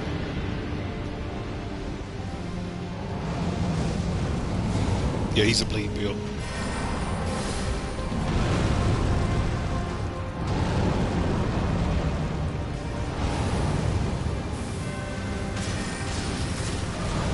He softens him up. He softens him up with the. You see this bullshit?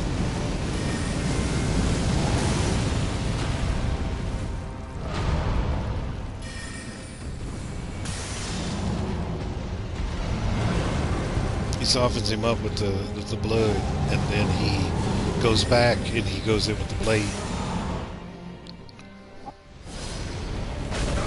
I jumped too early.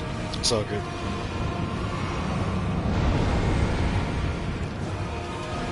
It was hard to judge that coming out of the.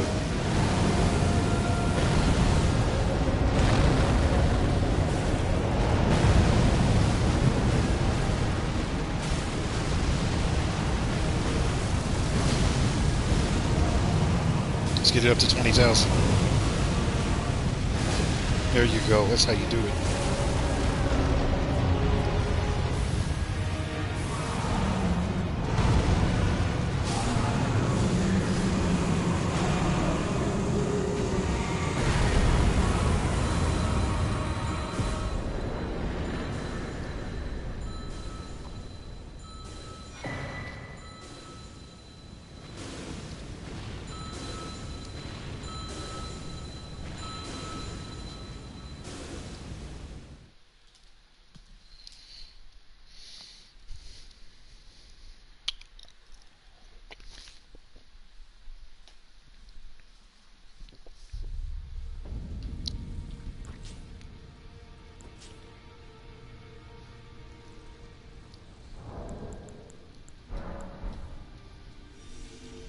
And that's what I just did is a very important thing that I think most people should do. You should immediately be able to identify, or as quickly as possible, try to identify what type of build you're playing with, because that it will help you tremendously in being able to help them.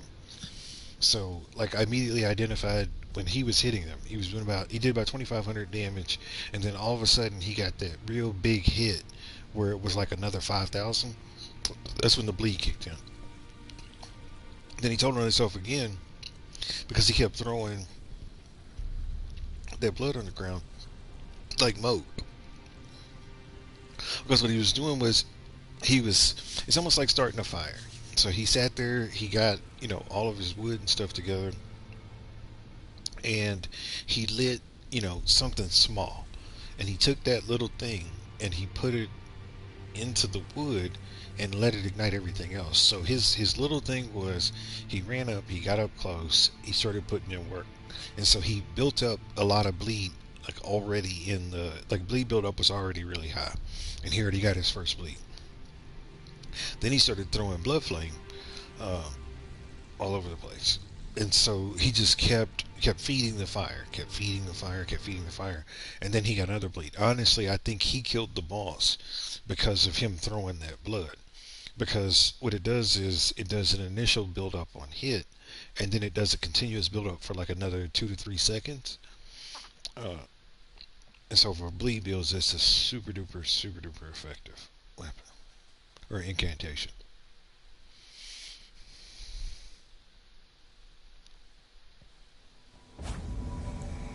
Already not feeling it, but it's okay. We'll move forward. I think he's going to wait and not go, so I'm going to leave anyway, so it doesn't matter.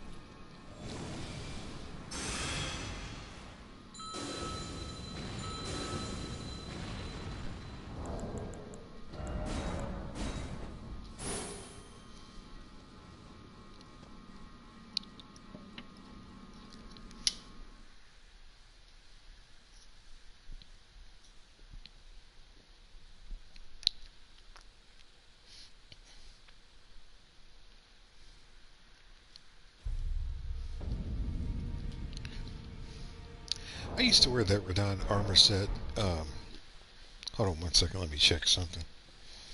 I used to wear that Radon armor set, um, but I never wore the whole thing. People wearing the whole head and all the rest of this stuff.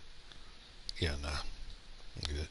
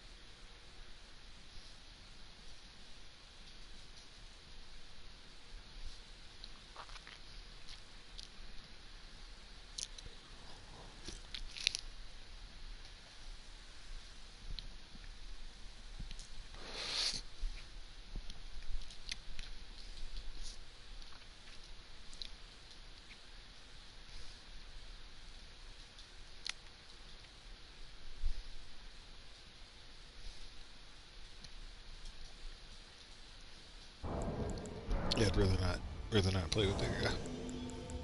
So we had to do a block on that one.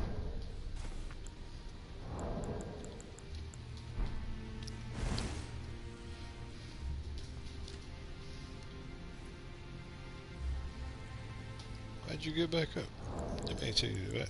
Sit back down.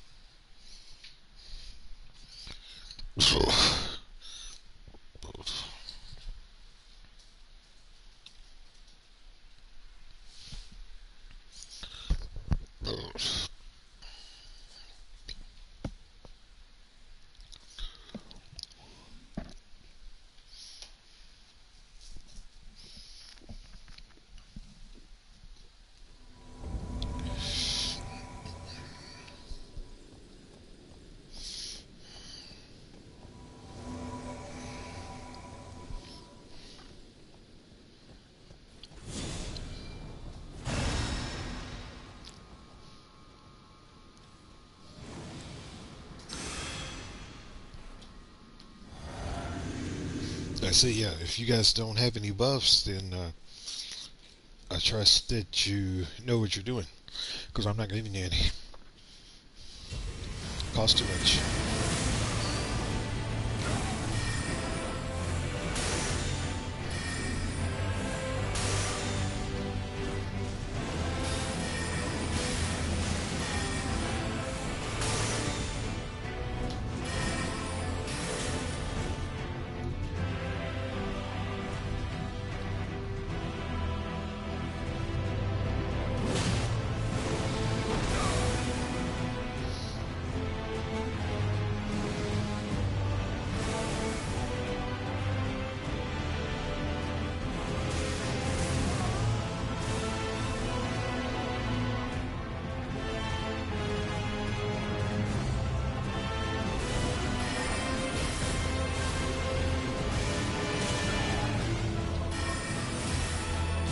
Okay.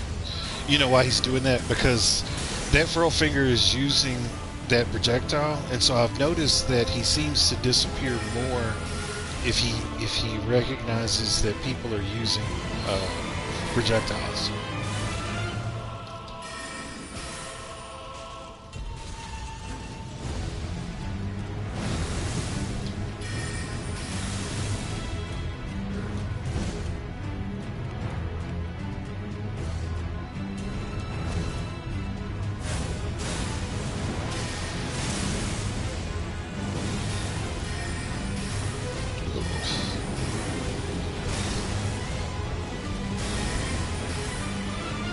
Trying to protect the host. Fuck the Furl Finger. Excuse me. Excuse me.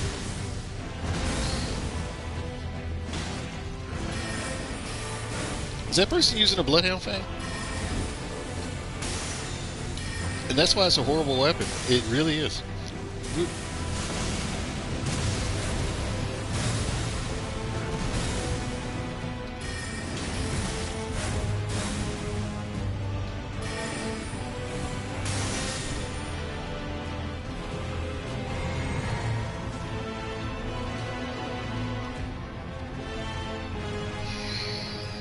We'll see what happens when we get here. I don't think it's a good choice. I don't think it's a good choice.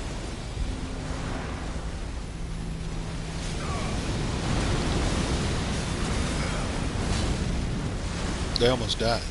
They almost died.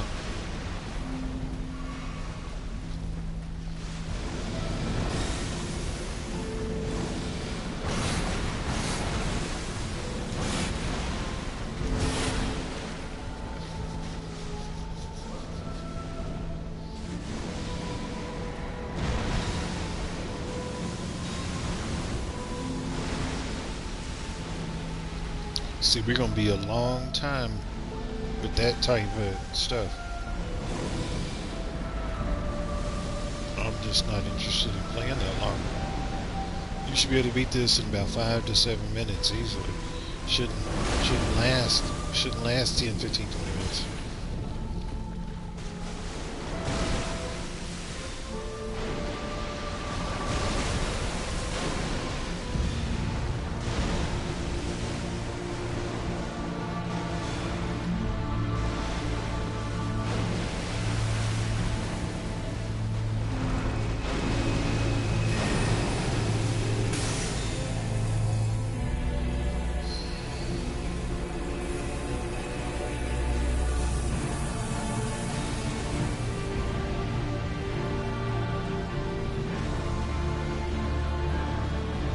Here we go.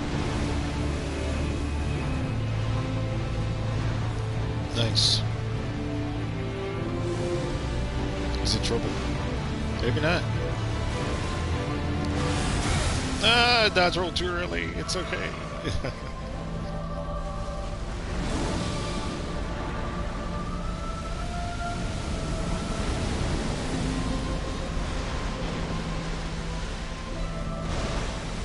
I tell you. He's not putting in any real damage. It's just like I can put in more damage with my fireballs than he can with that damn thing. And I'm not even a faith build. No, I don't want to hit him. Here, take one. I can put in the same amount of damage. Actually, put in more damage with a fireball on a non-faith build than he can doing his skill.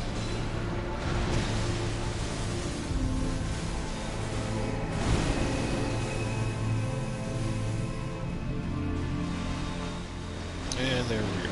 I was expecting it pretty soon. I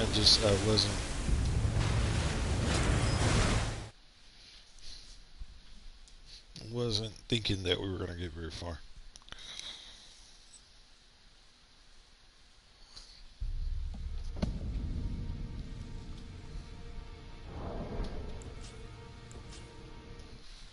I don't, what is the Bloodhound Fang broken? I'm gonna have to check YouTube.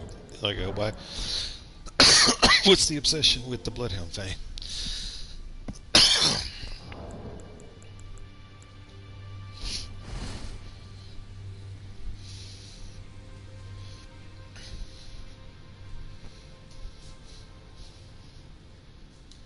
I don't understand.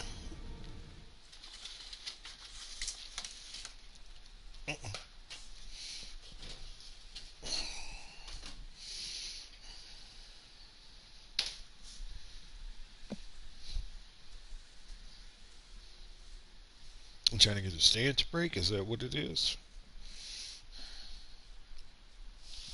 Like, someone please tell me.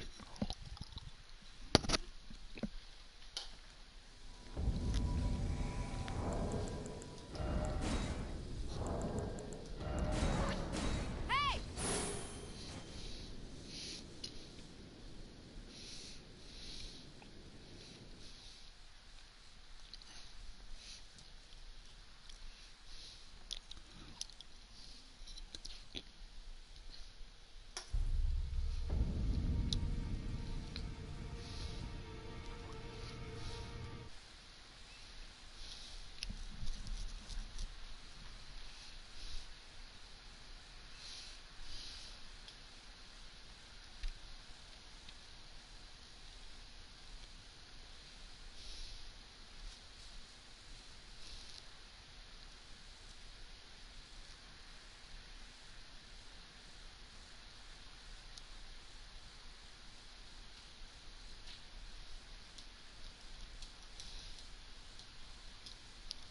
If he calls me back again, then I'm gonna block him. I'm gonna wait and see. Not impressed. Like, I find myself having to save people too much when they use the Bloodhound Fang versus when they don't. So it's one of them things. Is just for I know myself and I've seen enough of it where I just don't want to be a part of it. Really.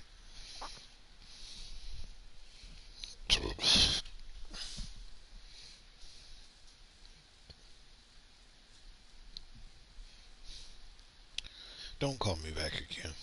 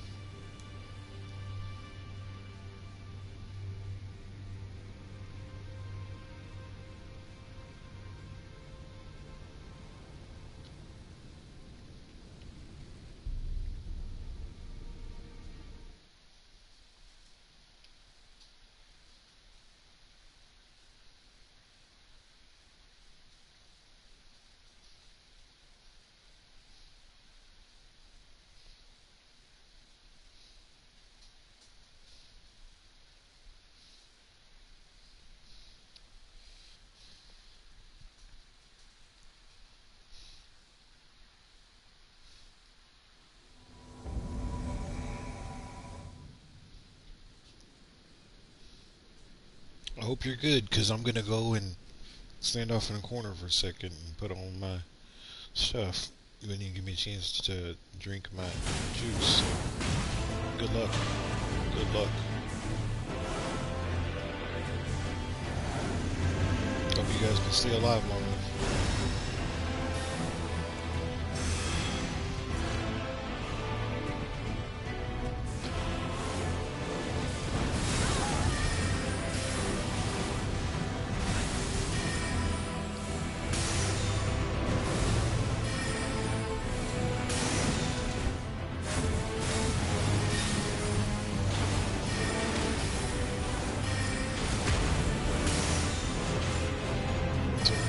It's okay.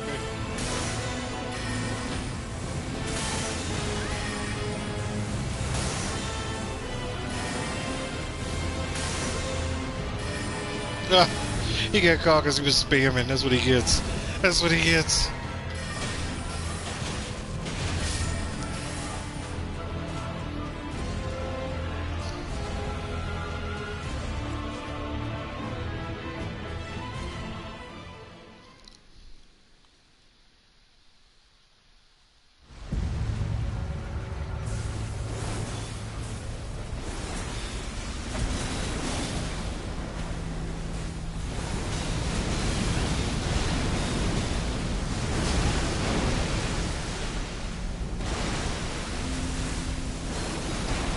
The messages at the bottom of the screen, I tell you what, I don't understand why there's got to be like the ghosts and the markers and that stuff. Like, why do I need to see all that? Just do it.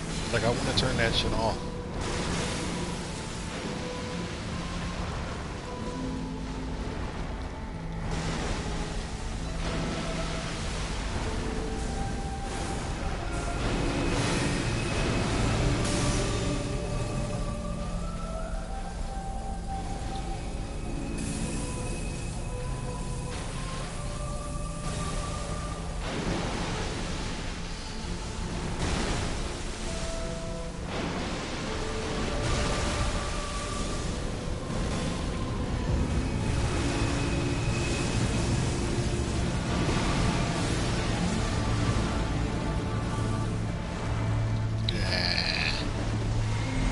I'm good. Come on.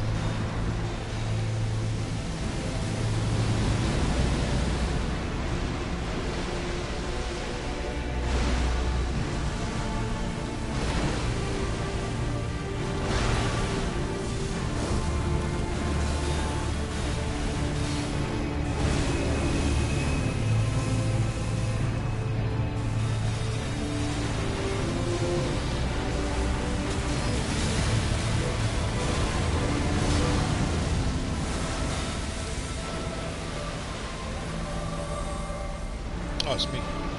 Oh. I'm good. Come on.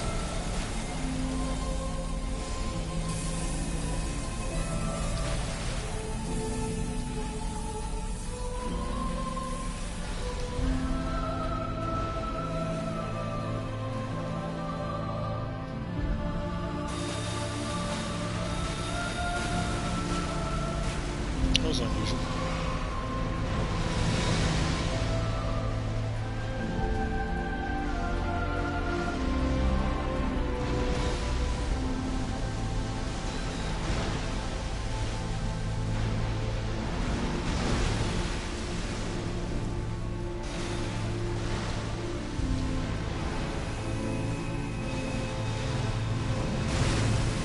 Lost the dude.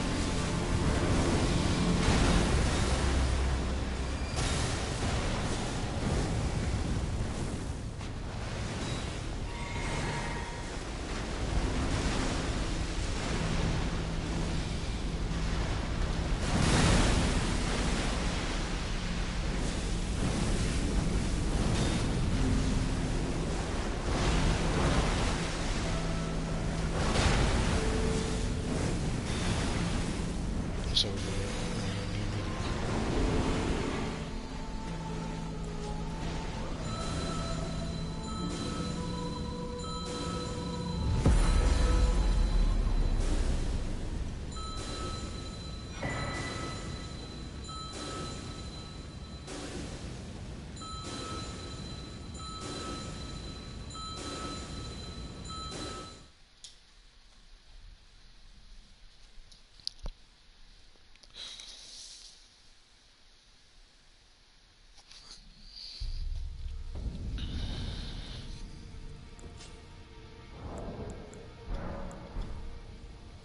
They're putting in work.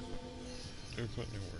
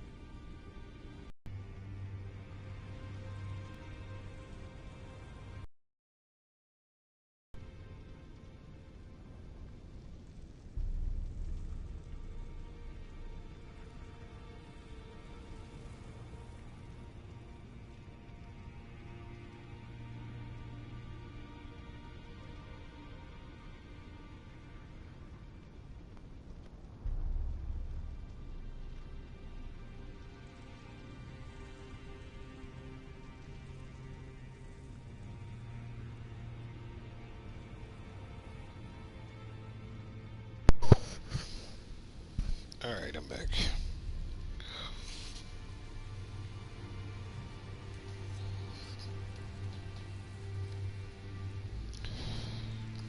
Yeah, but not really interested in celebrating with any of you guys after the fight. You know, I hope you are able to do, all the things you need to do with the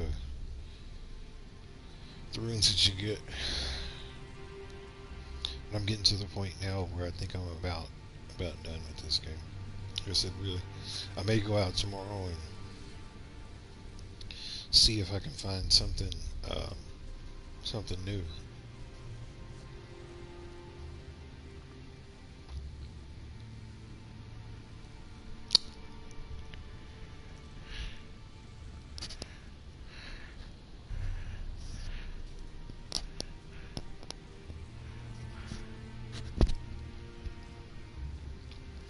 It's not as fun playing with other people as it was, maybe about 6 months ago.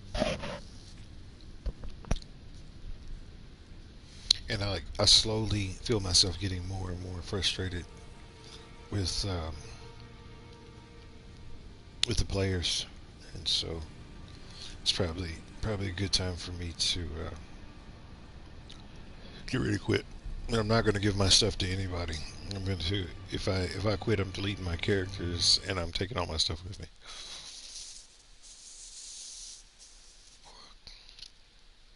Because I've not met anybody yet that I can tell uh, actually enjoys playing the game and being helpful. And the last thing I want to do is give all my stuff to an invader or somebody that likes to gank. Um, Just haven't been interested.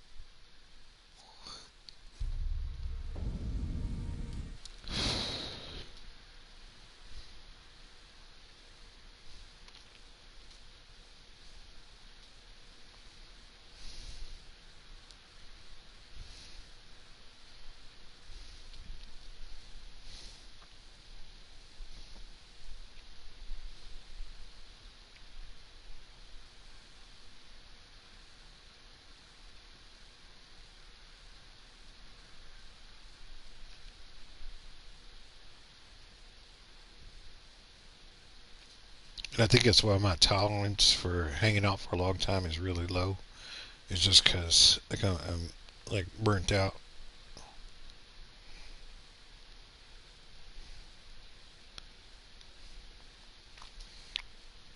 Just looking at the profile of the last guy that called me, this guy's incredible.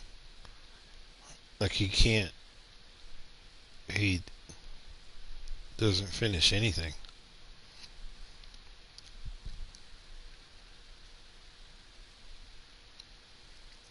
All the games that he has, and I can see he barely plays, and then he moves on to something else. It's like I'm not really interested.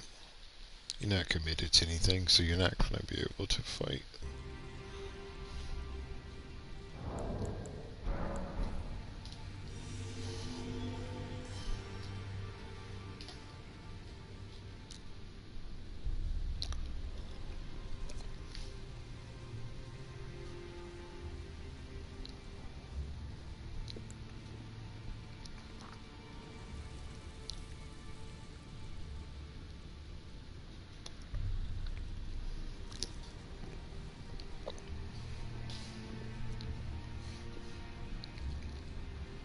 But honestly, it would have been nice to be able to give all my stuff to another player.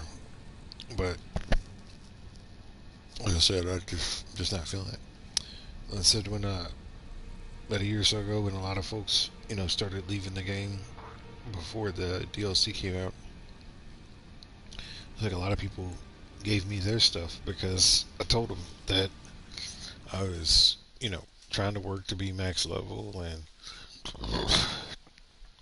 I had been practicing and playing, and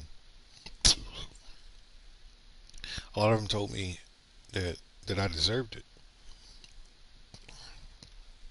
And so a lot of that was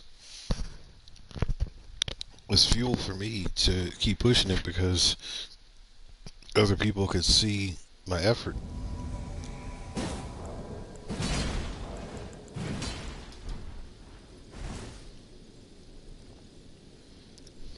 Just because you did that, yeah, I'm good.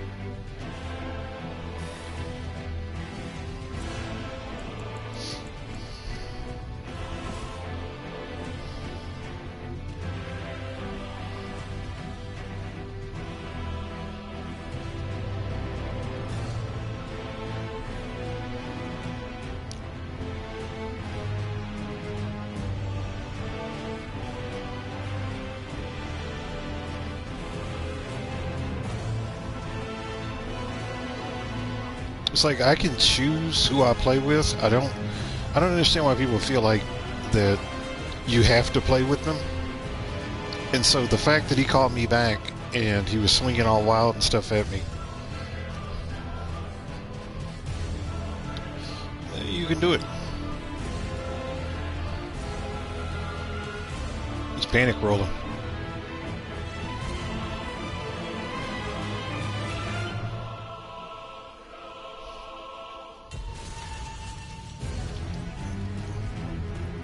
They're managing.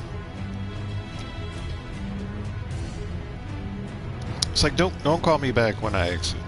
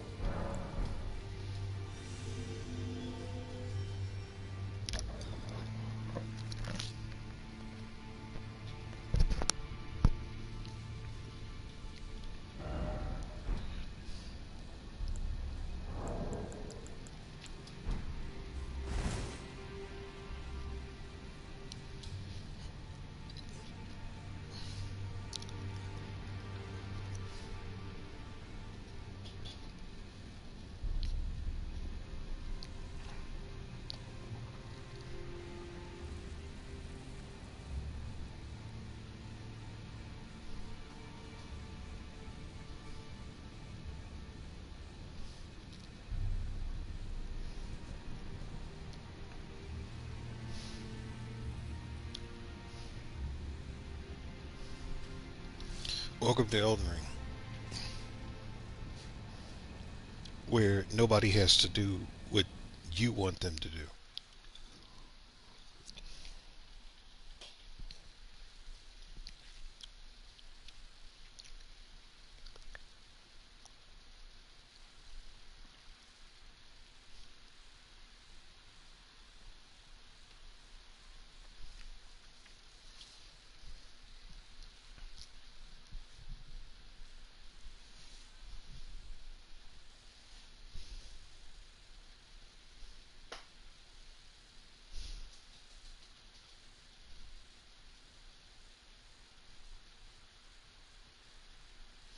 So, because you can't handle the boss, I'm supposed to come in and do it for you. Oh, excuse me. Hey, Whatever. Start the match.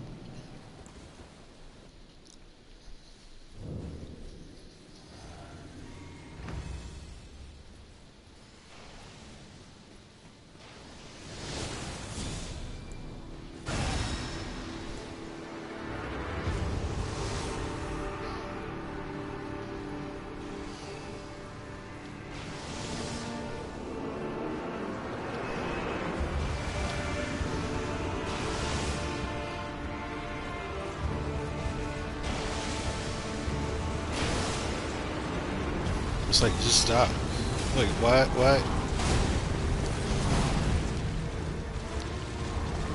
is the host, what the hell is the host doing?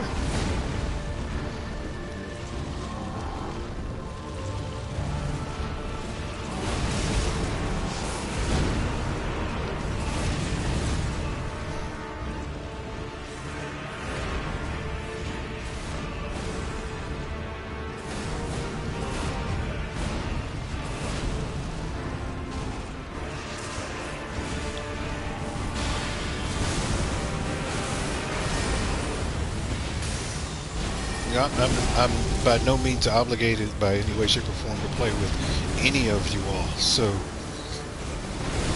the fact that you feel so entitled that you call me back a second time after I leave, like, unbelievable, unbelievable. You guys have some serious balls.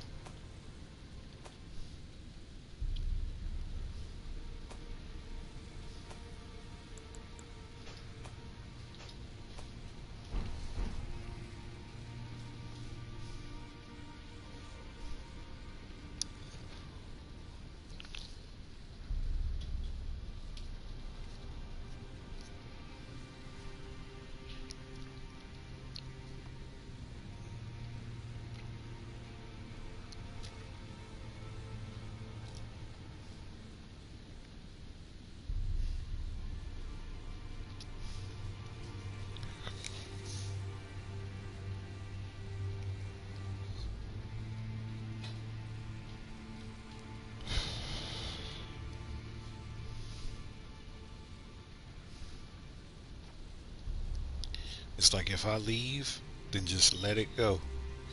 Because there's obviously something that I've either seen or feel or think that's causing me to feel like that I'm not going to be able to do the fight. Just let it go. Don't call me back again, so that whatever you think you're doing when you're swinging your weapon at me and all that other stuff is going to change anything. It doesn't work like that. The only thing that does is it pisses me off, and it'll get you blocked.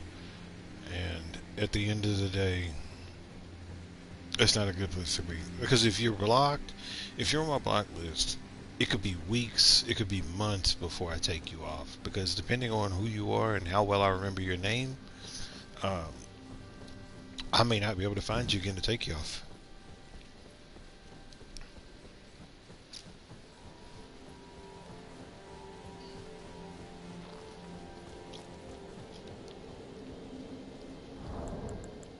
Hit me from behind, I don't care.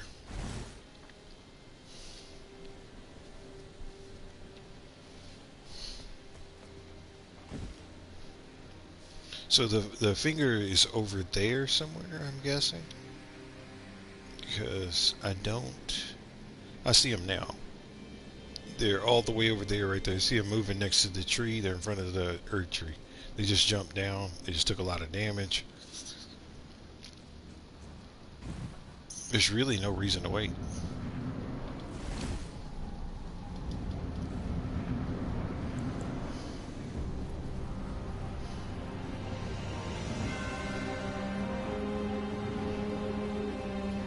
tell you what, these guys that do the invasions, they said they got some balls. I would never attack somebody if they are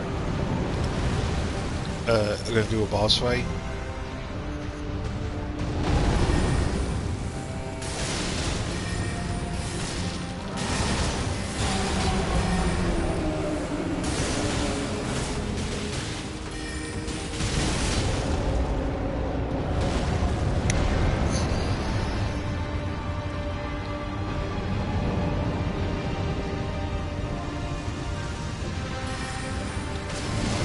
Where did the where did it go? I missed. It's okay. Oh, maybe not. Hit. I got greedy. I deserved that.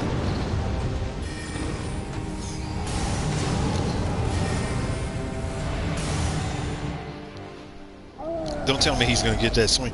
If I get hit when I come out of this cutscene, this is a testament to how much this game cheats.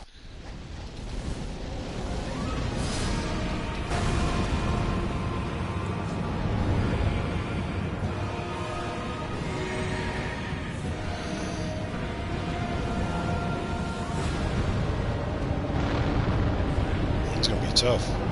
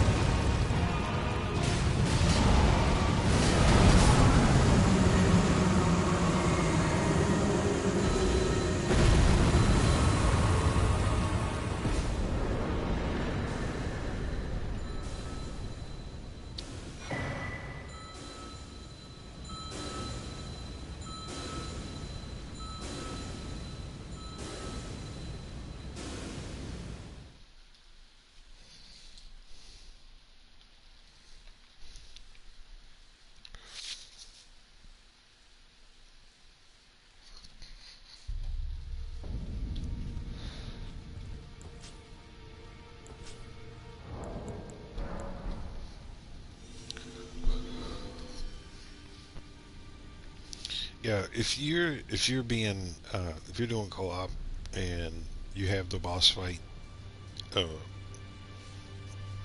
point on, uh, it is I think it's very important that you always carry a weapon that has Black Flame Tornado.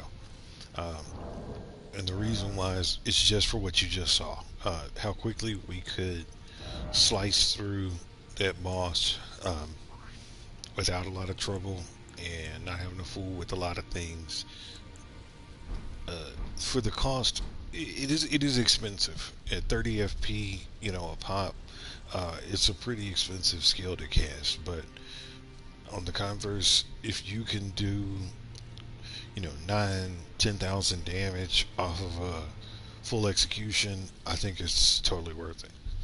Totally worth it because the guy next to me was doing the same thing that I was doing, and you could see how quickly we sliced through all that. The rest of the fight didn't last very long.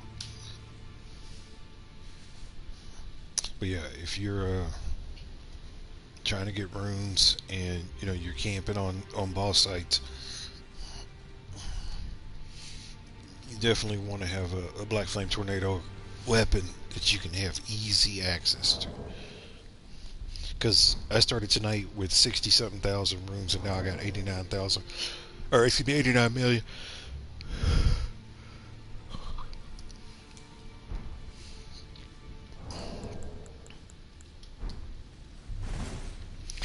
But I say, yeah, when I first started and I was serious about getting to max level, I realized that the Radagon fight with the Elden Beast was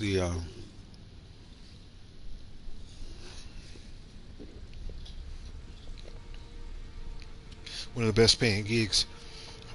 So I learned how to do it, and I kept doing it until I became what you see today.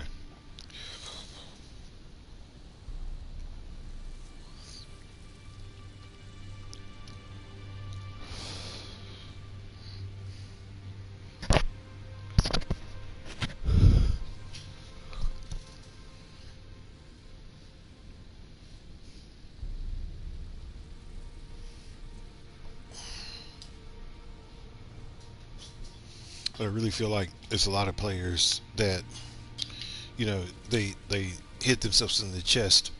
They can say, I'm level, 176, or I'm level 213, or I'm level whatever. But in all of that leveling up, they still never really learned how to play the game. And I'll be 100% honest. I really do feel like that if you spend a little bit of time learning how to play the game and learning how to evade those boss attacks, you'll be a better PvP player because you'll have a fundamental understanding of how the game works and what to do so that you don't get smacked in the head every time you try and do something.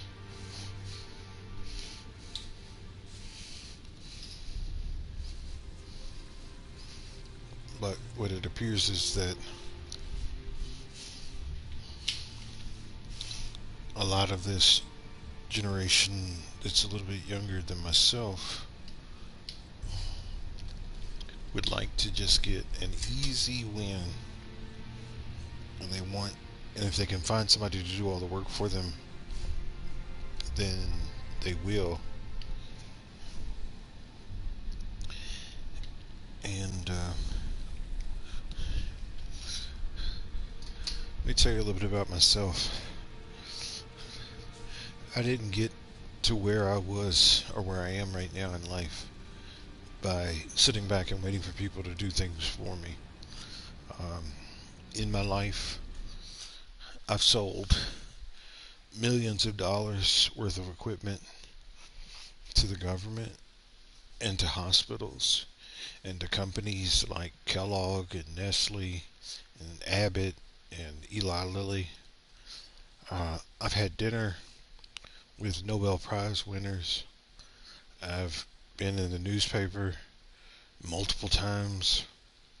I have co-authored 6 research papers. I didn't wait for somebody to tell me I could. I made it happen. And the thing is that if you think that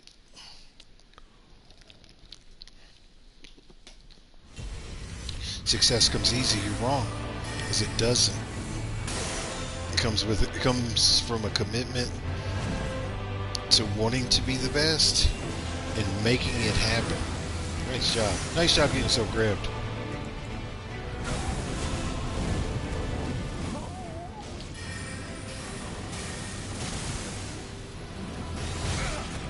Nice.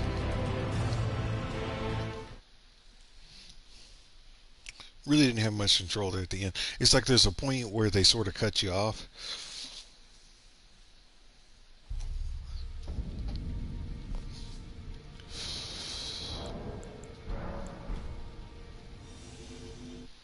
It was really bad.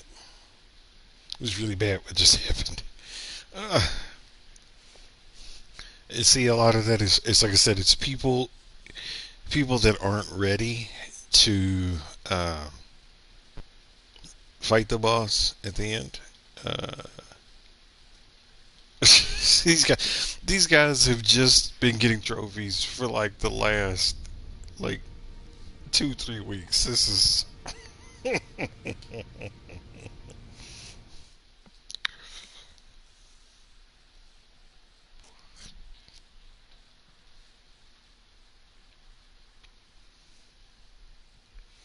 that's fine because it really does say a lot about the players. Because if you're willing to take credit for somebody else's work without acknowledging it, then you really aren't worth anything.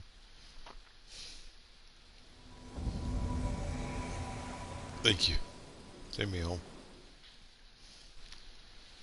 So that usually happens for one or two reasons. Either because I came in late and I couldn't get transported to the other, or because there was a recusant there. And the way that my settings are set up, I'm not supposed to be able to go to worlds where there are already people playing. Uh,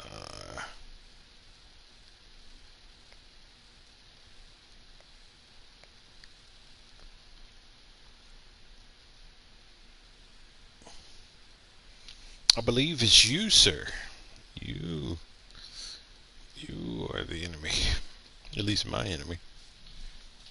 Oh, one second. Let me check something out real quick.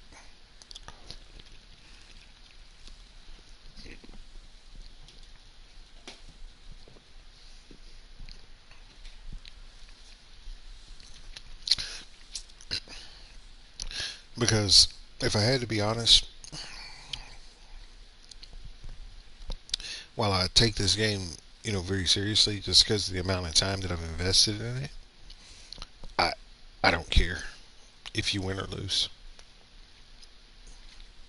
I honestly don't.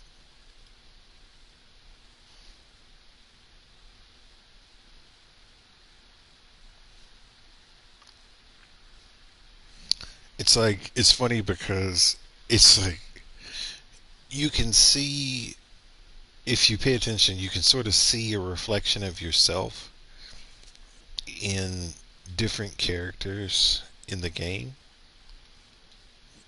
And so what's funny to me is that uh,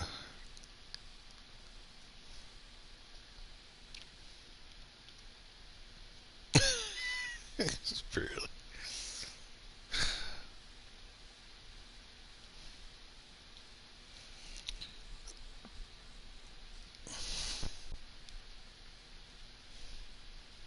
and I think I made a comment in one of my previous videos that sometimes I can understand and sort of feel that anguish and I guess despair that Midra has. Uh, but at the end of the day, I think what ends up happening with me is I end up turning into patches, um,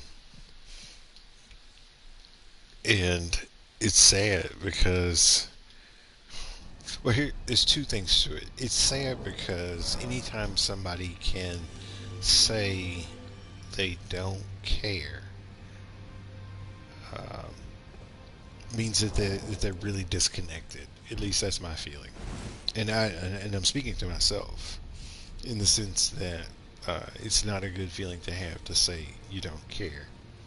But like Patches, not caring is what kept him alive. Because at the end of the day, and see that happened because of the guy that I think I just blocked.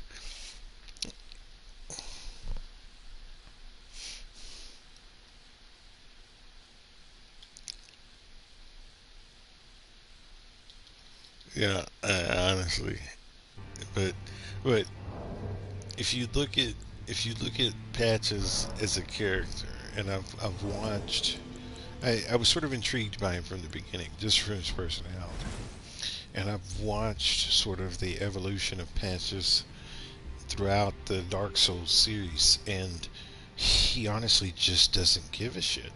He doesn't give a shit about you. He doesn't give a shit about himself. He is to a point where every day is about making it to the next day.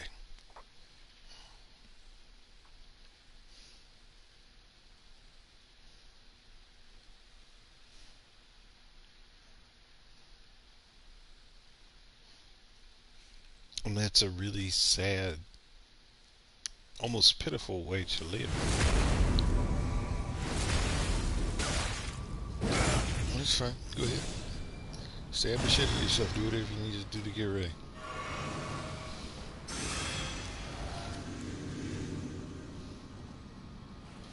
Oh, excuse me.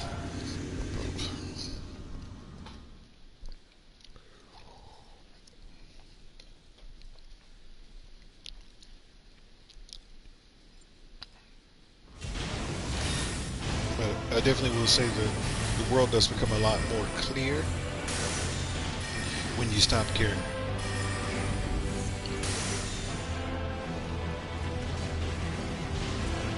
Oh, excuse me.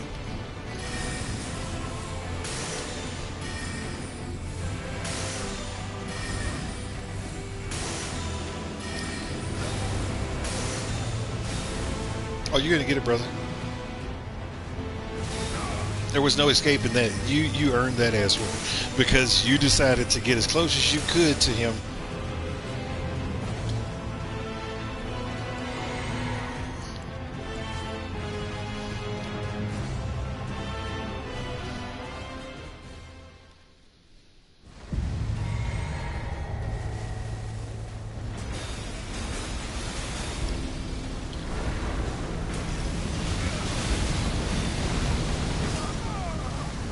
And we lost the house, just like that.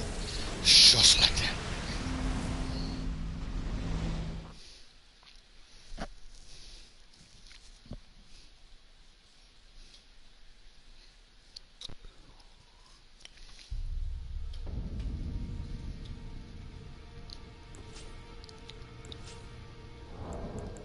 Put in all that good work.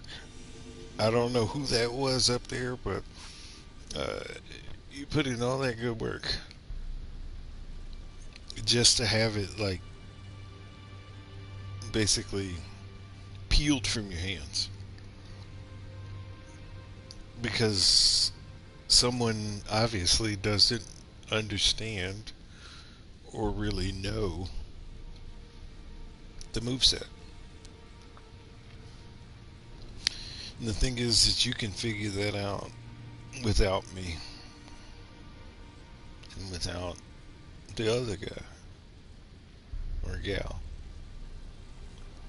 Why call us into what essentially is your experiment? Like, for what? For what? What value is that in that? Because the only thing that would have saved that host at that point would have been tremendous luck. It should not have happened.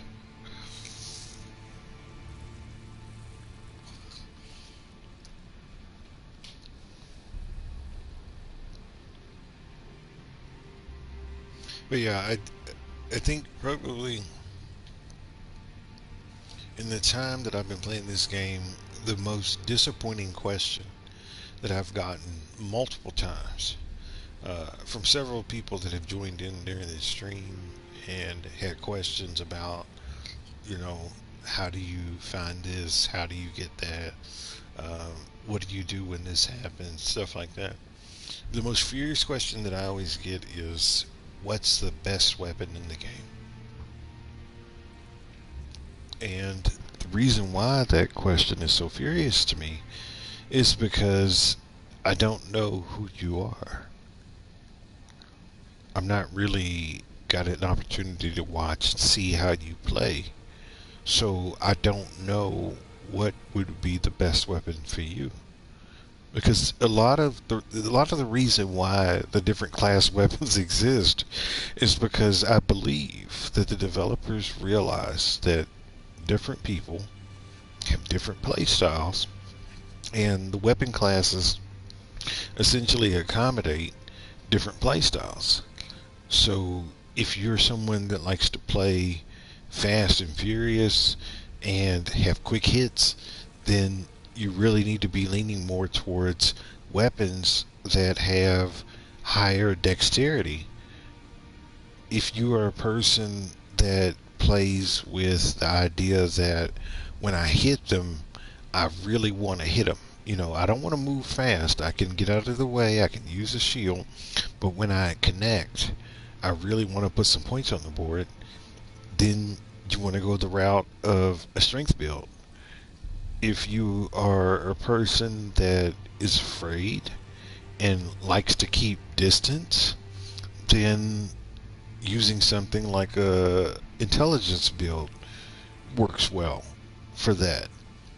If you're a person that wants to have something sort of in between, then maybe a faith-based build could work well for that. It's like, to ask that question, what's the best weapon in the game, really says a lot about you as a person. At least I feel. In the sense that it says that you're a person that likes to take shortcuts. And that if you can find a way to get around the work that other people have done, then you'll do it. And yes, some people will call that being innovative. Some people will call that being a problem solver or, ingenuity. But at the end of the day, what it comes back to me is says that you're lazy and that you feel like you're above what everybody before you has done. And the thing is, if you can't understand the fundamentals of this game, and that's one thing that stayed fairly consistent. If you can't understand the fundamentals of the game, Hey! then you will fail more times than you wish.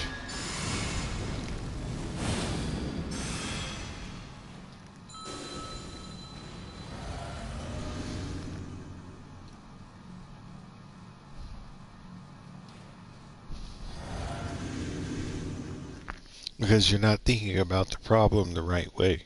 The problem is you have a game that has an end and you want to get to it. And the solution isn't asking the question, what is the best weapon in the game?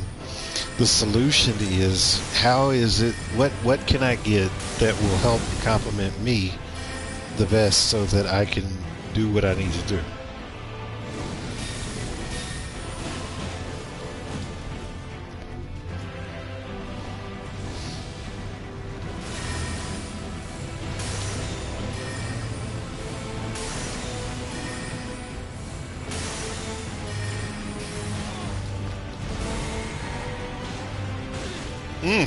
I was going to ask you.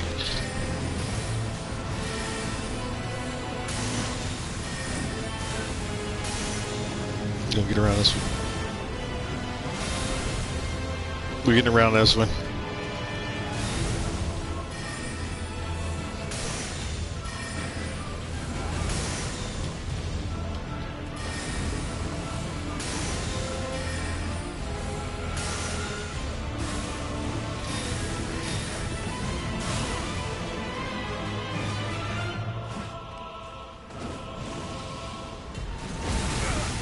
Oh, he got me. That's fun. You did. Doesn't matter.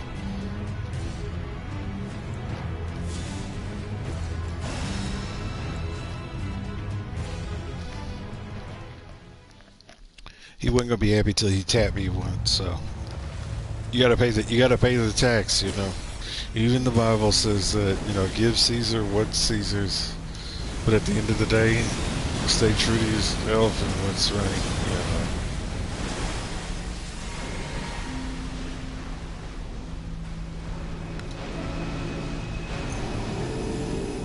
Get away from me.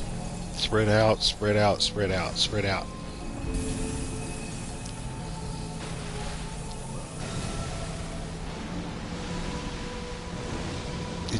These guys, like, the worst thing you can do in this game is to get close together. And that's exactly what the game wants you to do. It really wants you to group up so that he can do one big attack like this and take you out.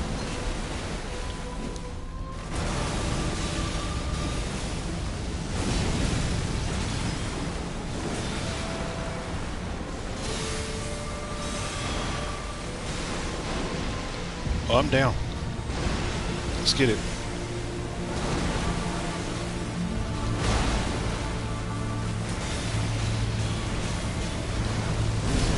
Hit. It's okay. I'm good. I'm good. I'm good. I'm good. Yeah.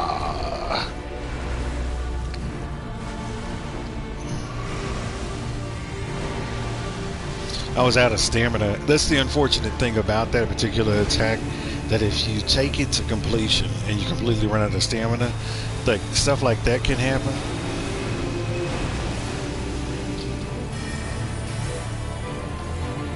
I should have hit him, but that's okay. I don't trust any of you. So it's like, get the hell away from him.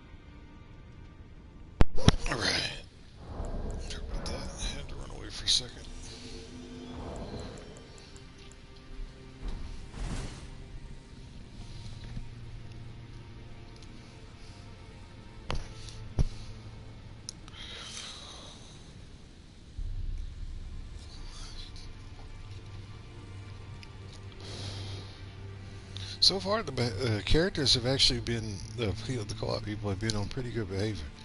Had to leave a couple of them, but everybody's been good.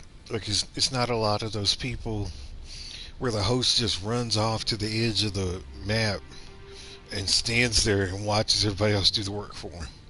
Like that, I can't handle. I cannot handle that at all.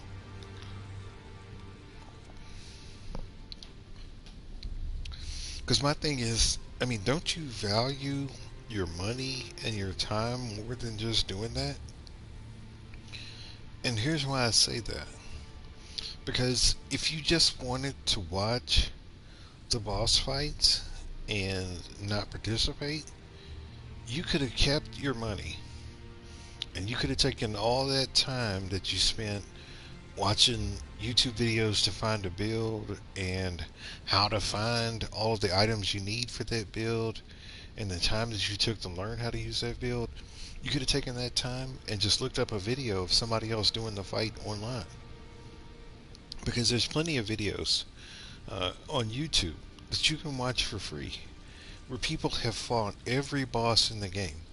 And it's people from, people like myself that are just, regular folks that, take damage and die, every so often, to folks that can one-shot bosses and beat bosses, at level 1 with no armor and just a level 1 weapon. So it's like, it says a lot about you once again because it's like, you believe that there's always a way, or that there is a way, for someone to do the work for you. And that's not how life works. And while I understand the game is fictitious and it's supposed to be fun, what fun is it creating pain for other people because you don't want to get involved? Because if I go back to what I said earlier, for each additional person that's added to that boss fight, the boss gets more health.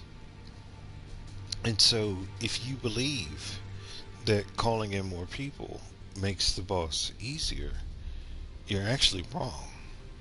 It actually makes the boss harder.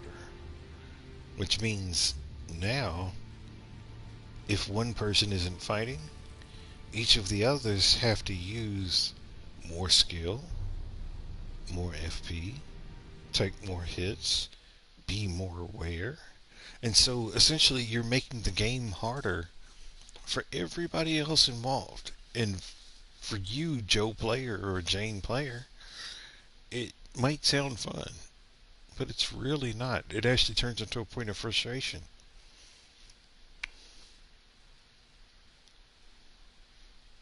So the level of consideration, and ultimately what it comes back to is the level of consideration that I've seen people have for other people in general has declined tremendously over the last decade.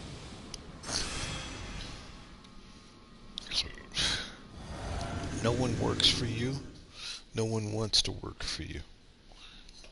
If it were up to most people, they would mind their own business and live their lives.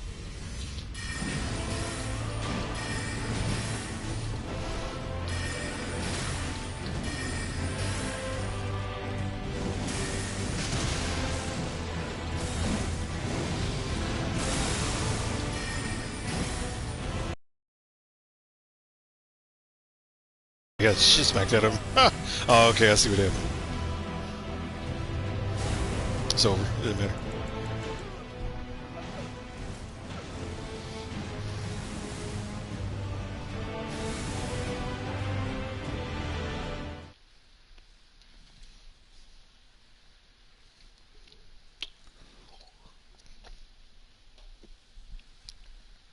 I will say something else though on a more positive, actually comical point. I've noticed that when I look at if I go back if I go back and I look at the YouTube videos of me playing, with you guys, and I turned the captions on. I think it's hilarious how in the closed captions it blanks out any of the profane language that I use. I think that's amazing. I think it's really cool because it's like you don't need to read that. You can hear me say it.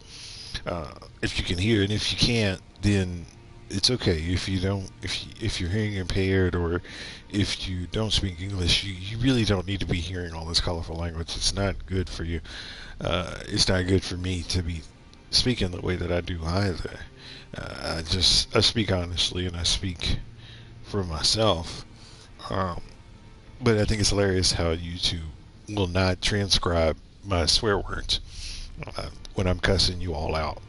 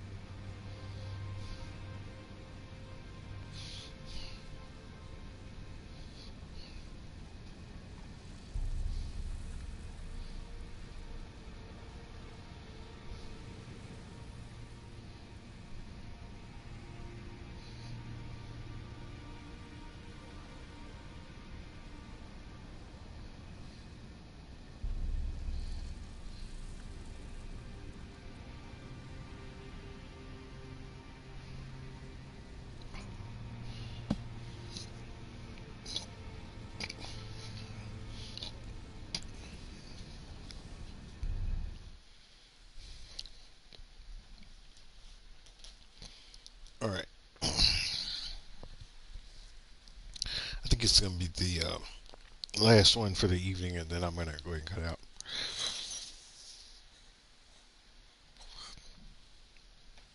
But if there's anybody there, I appreciate you watching. And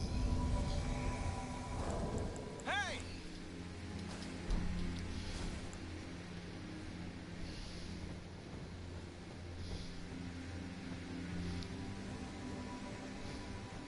Hey!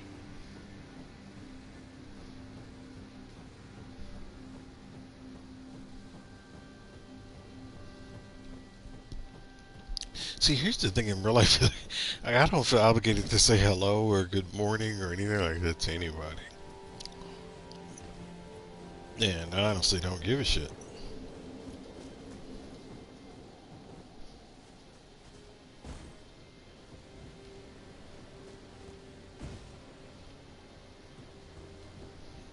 If you don't walk in the damn fog gate and just go.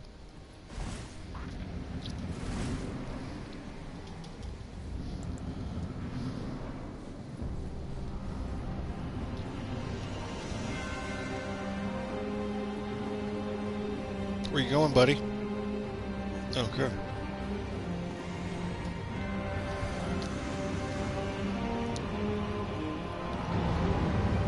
Let's do it together. I took a hit because I dodge rolled too early. That's rare. That's rare. It is very rare that I get hit by that.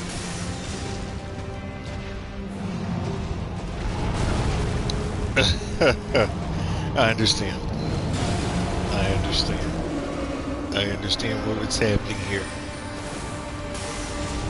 So the game is trying to punish me for being in the right place, which is actually the wrong place. It's okay, you can take two of these. Come on, roll towards me. Please, please do.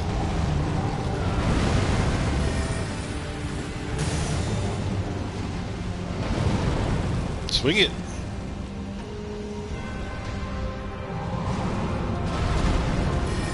You lucky I don't have my other weapon, because I totally would kick your ass.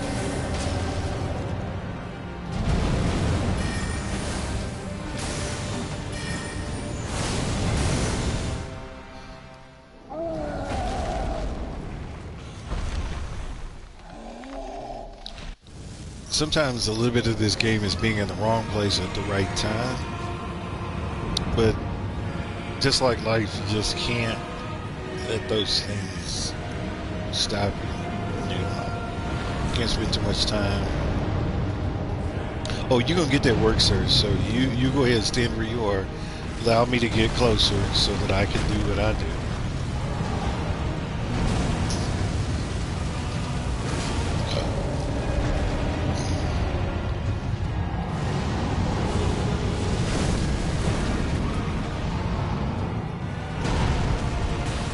I'm gonna get hit, but it's okay.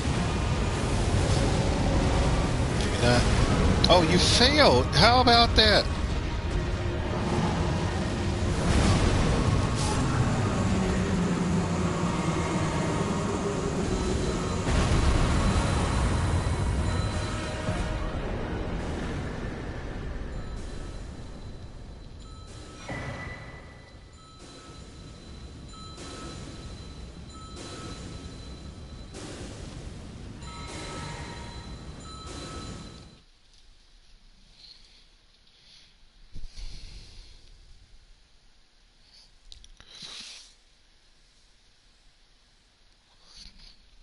Yeah, I think I'm done for the evening.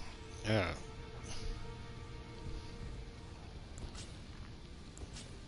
As always, thank you for joining. I really appreciate you guys stopping by.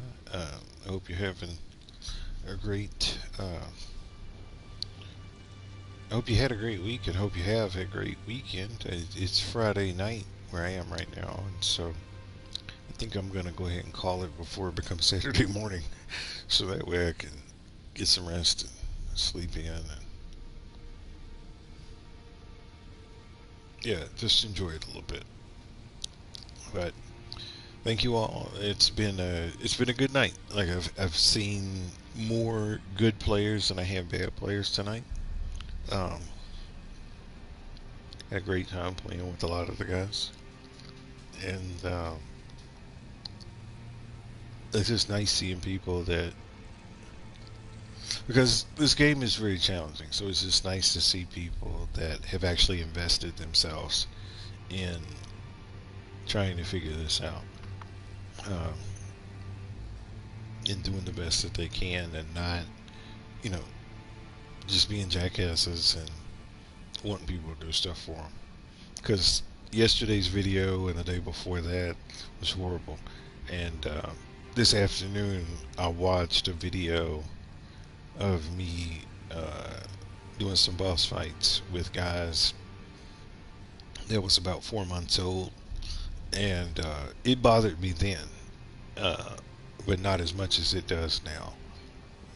Because it seems like when here's how I can tell. So if you're wondering what is my criteria for blocking people, if I am able to see in your profile the games that you play, and I can see that most of the trophies you've gotten for this game have been in the last 1 to 2, maybe 3 weeks or so, and I can also see that, you know, you may not have played other games like this.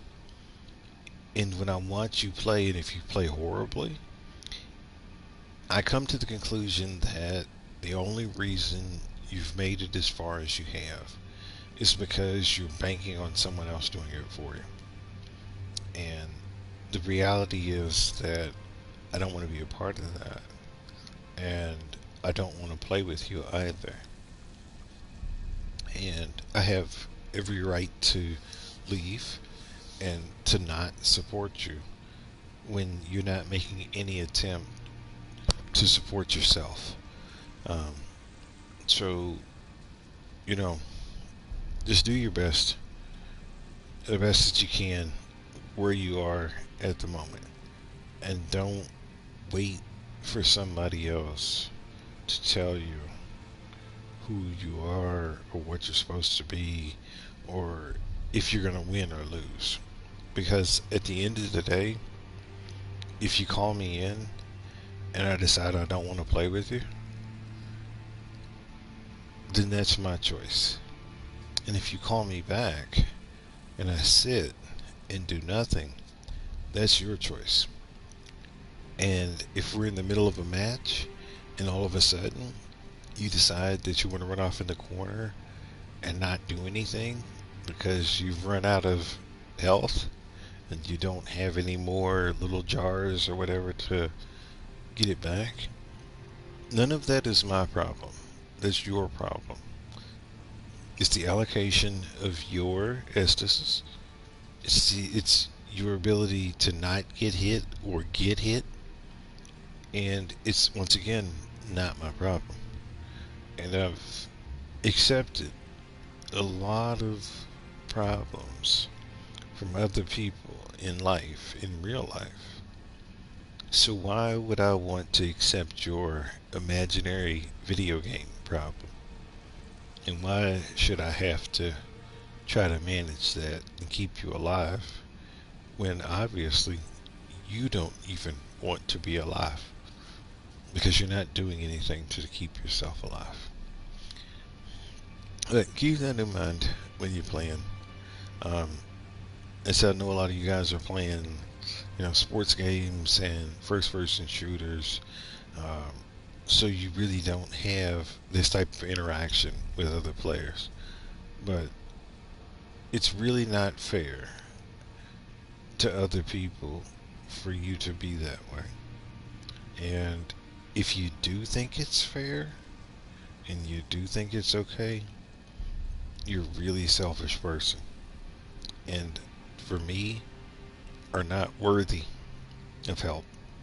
Because in your mind, you believe you're the only help you need. And that's disappointing. But sleep tight. Take care of yourself. Be useful. And take care of other people when you can and when you're able.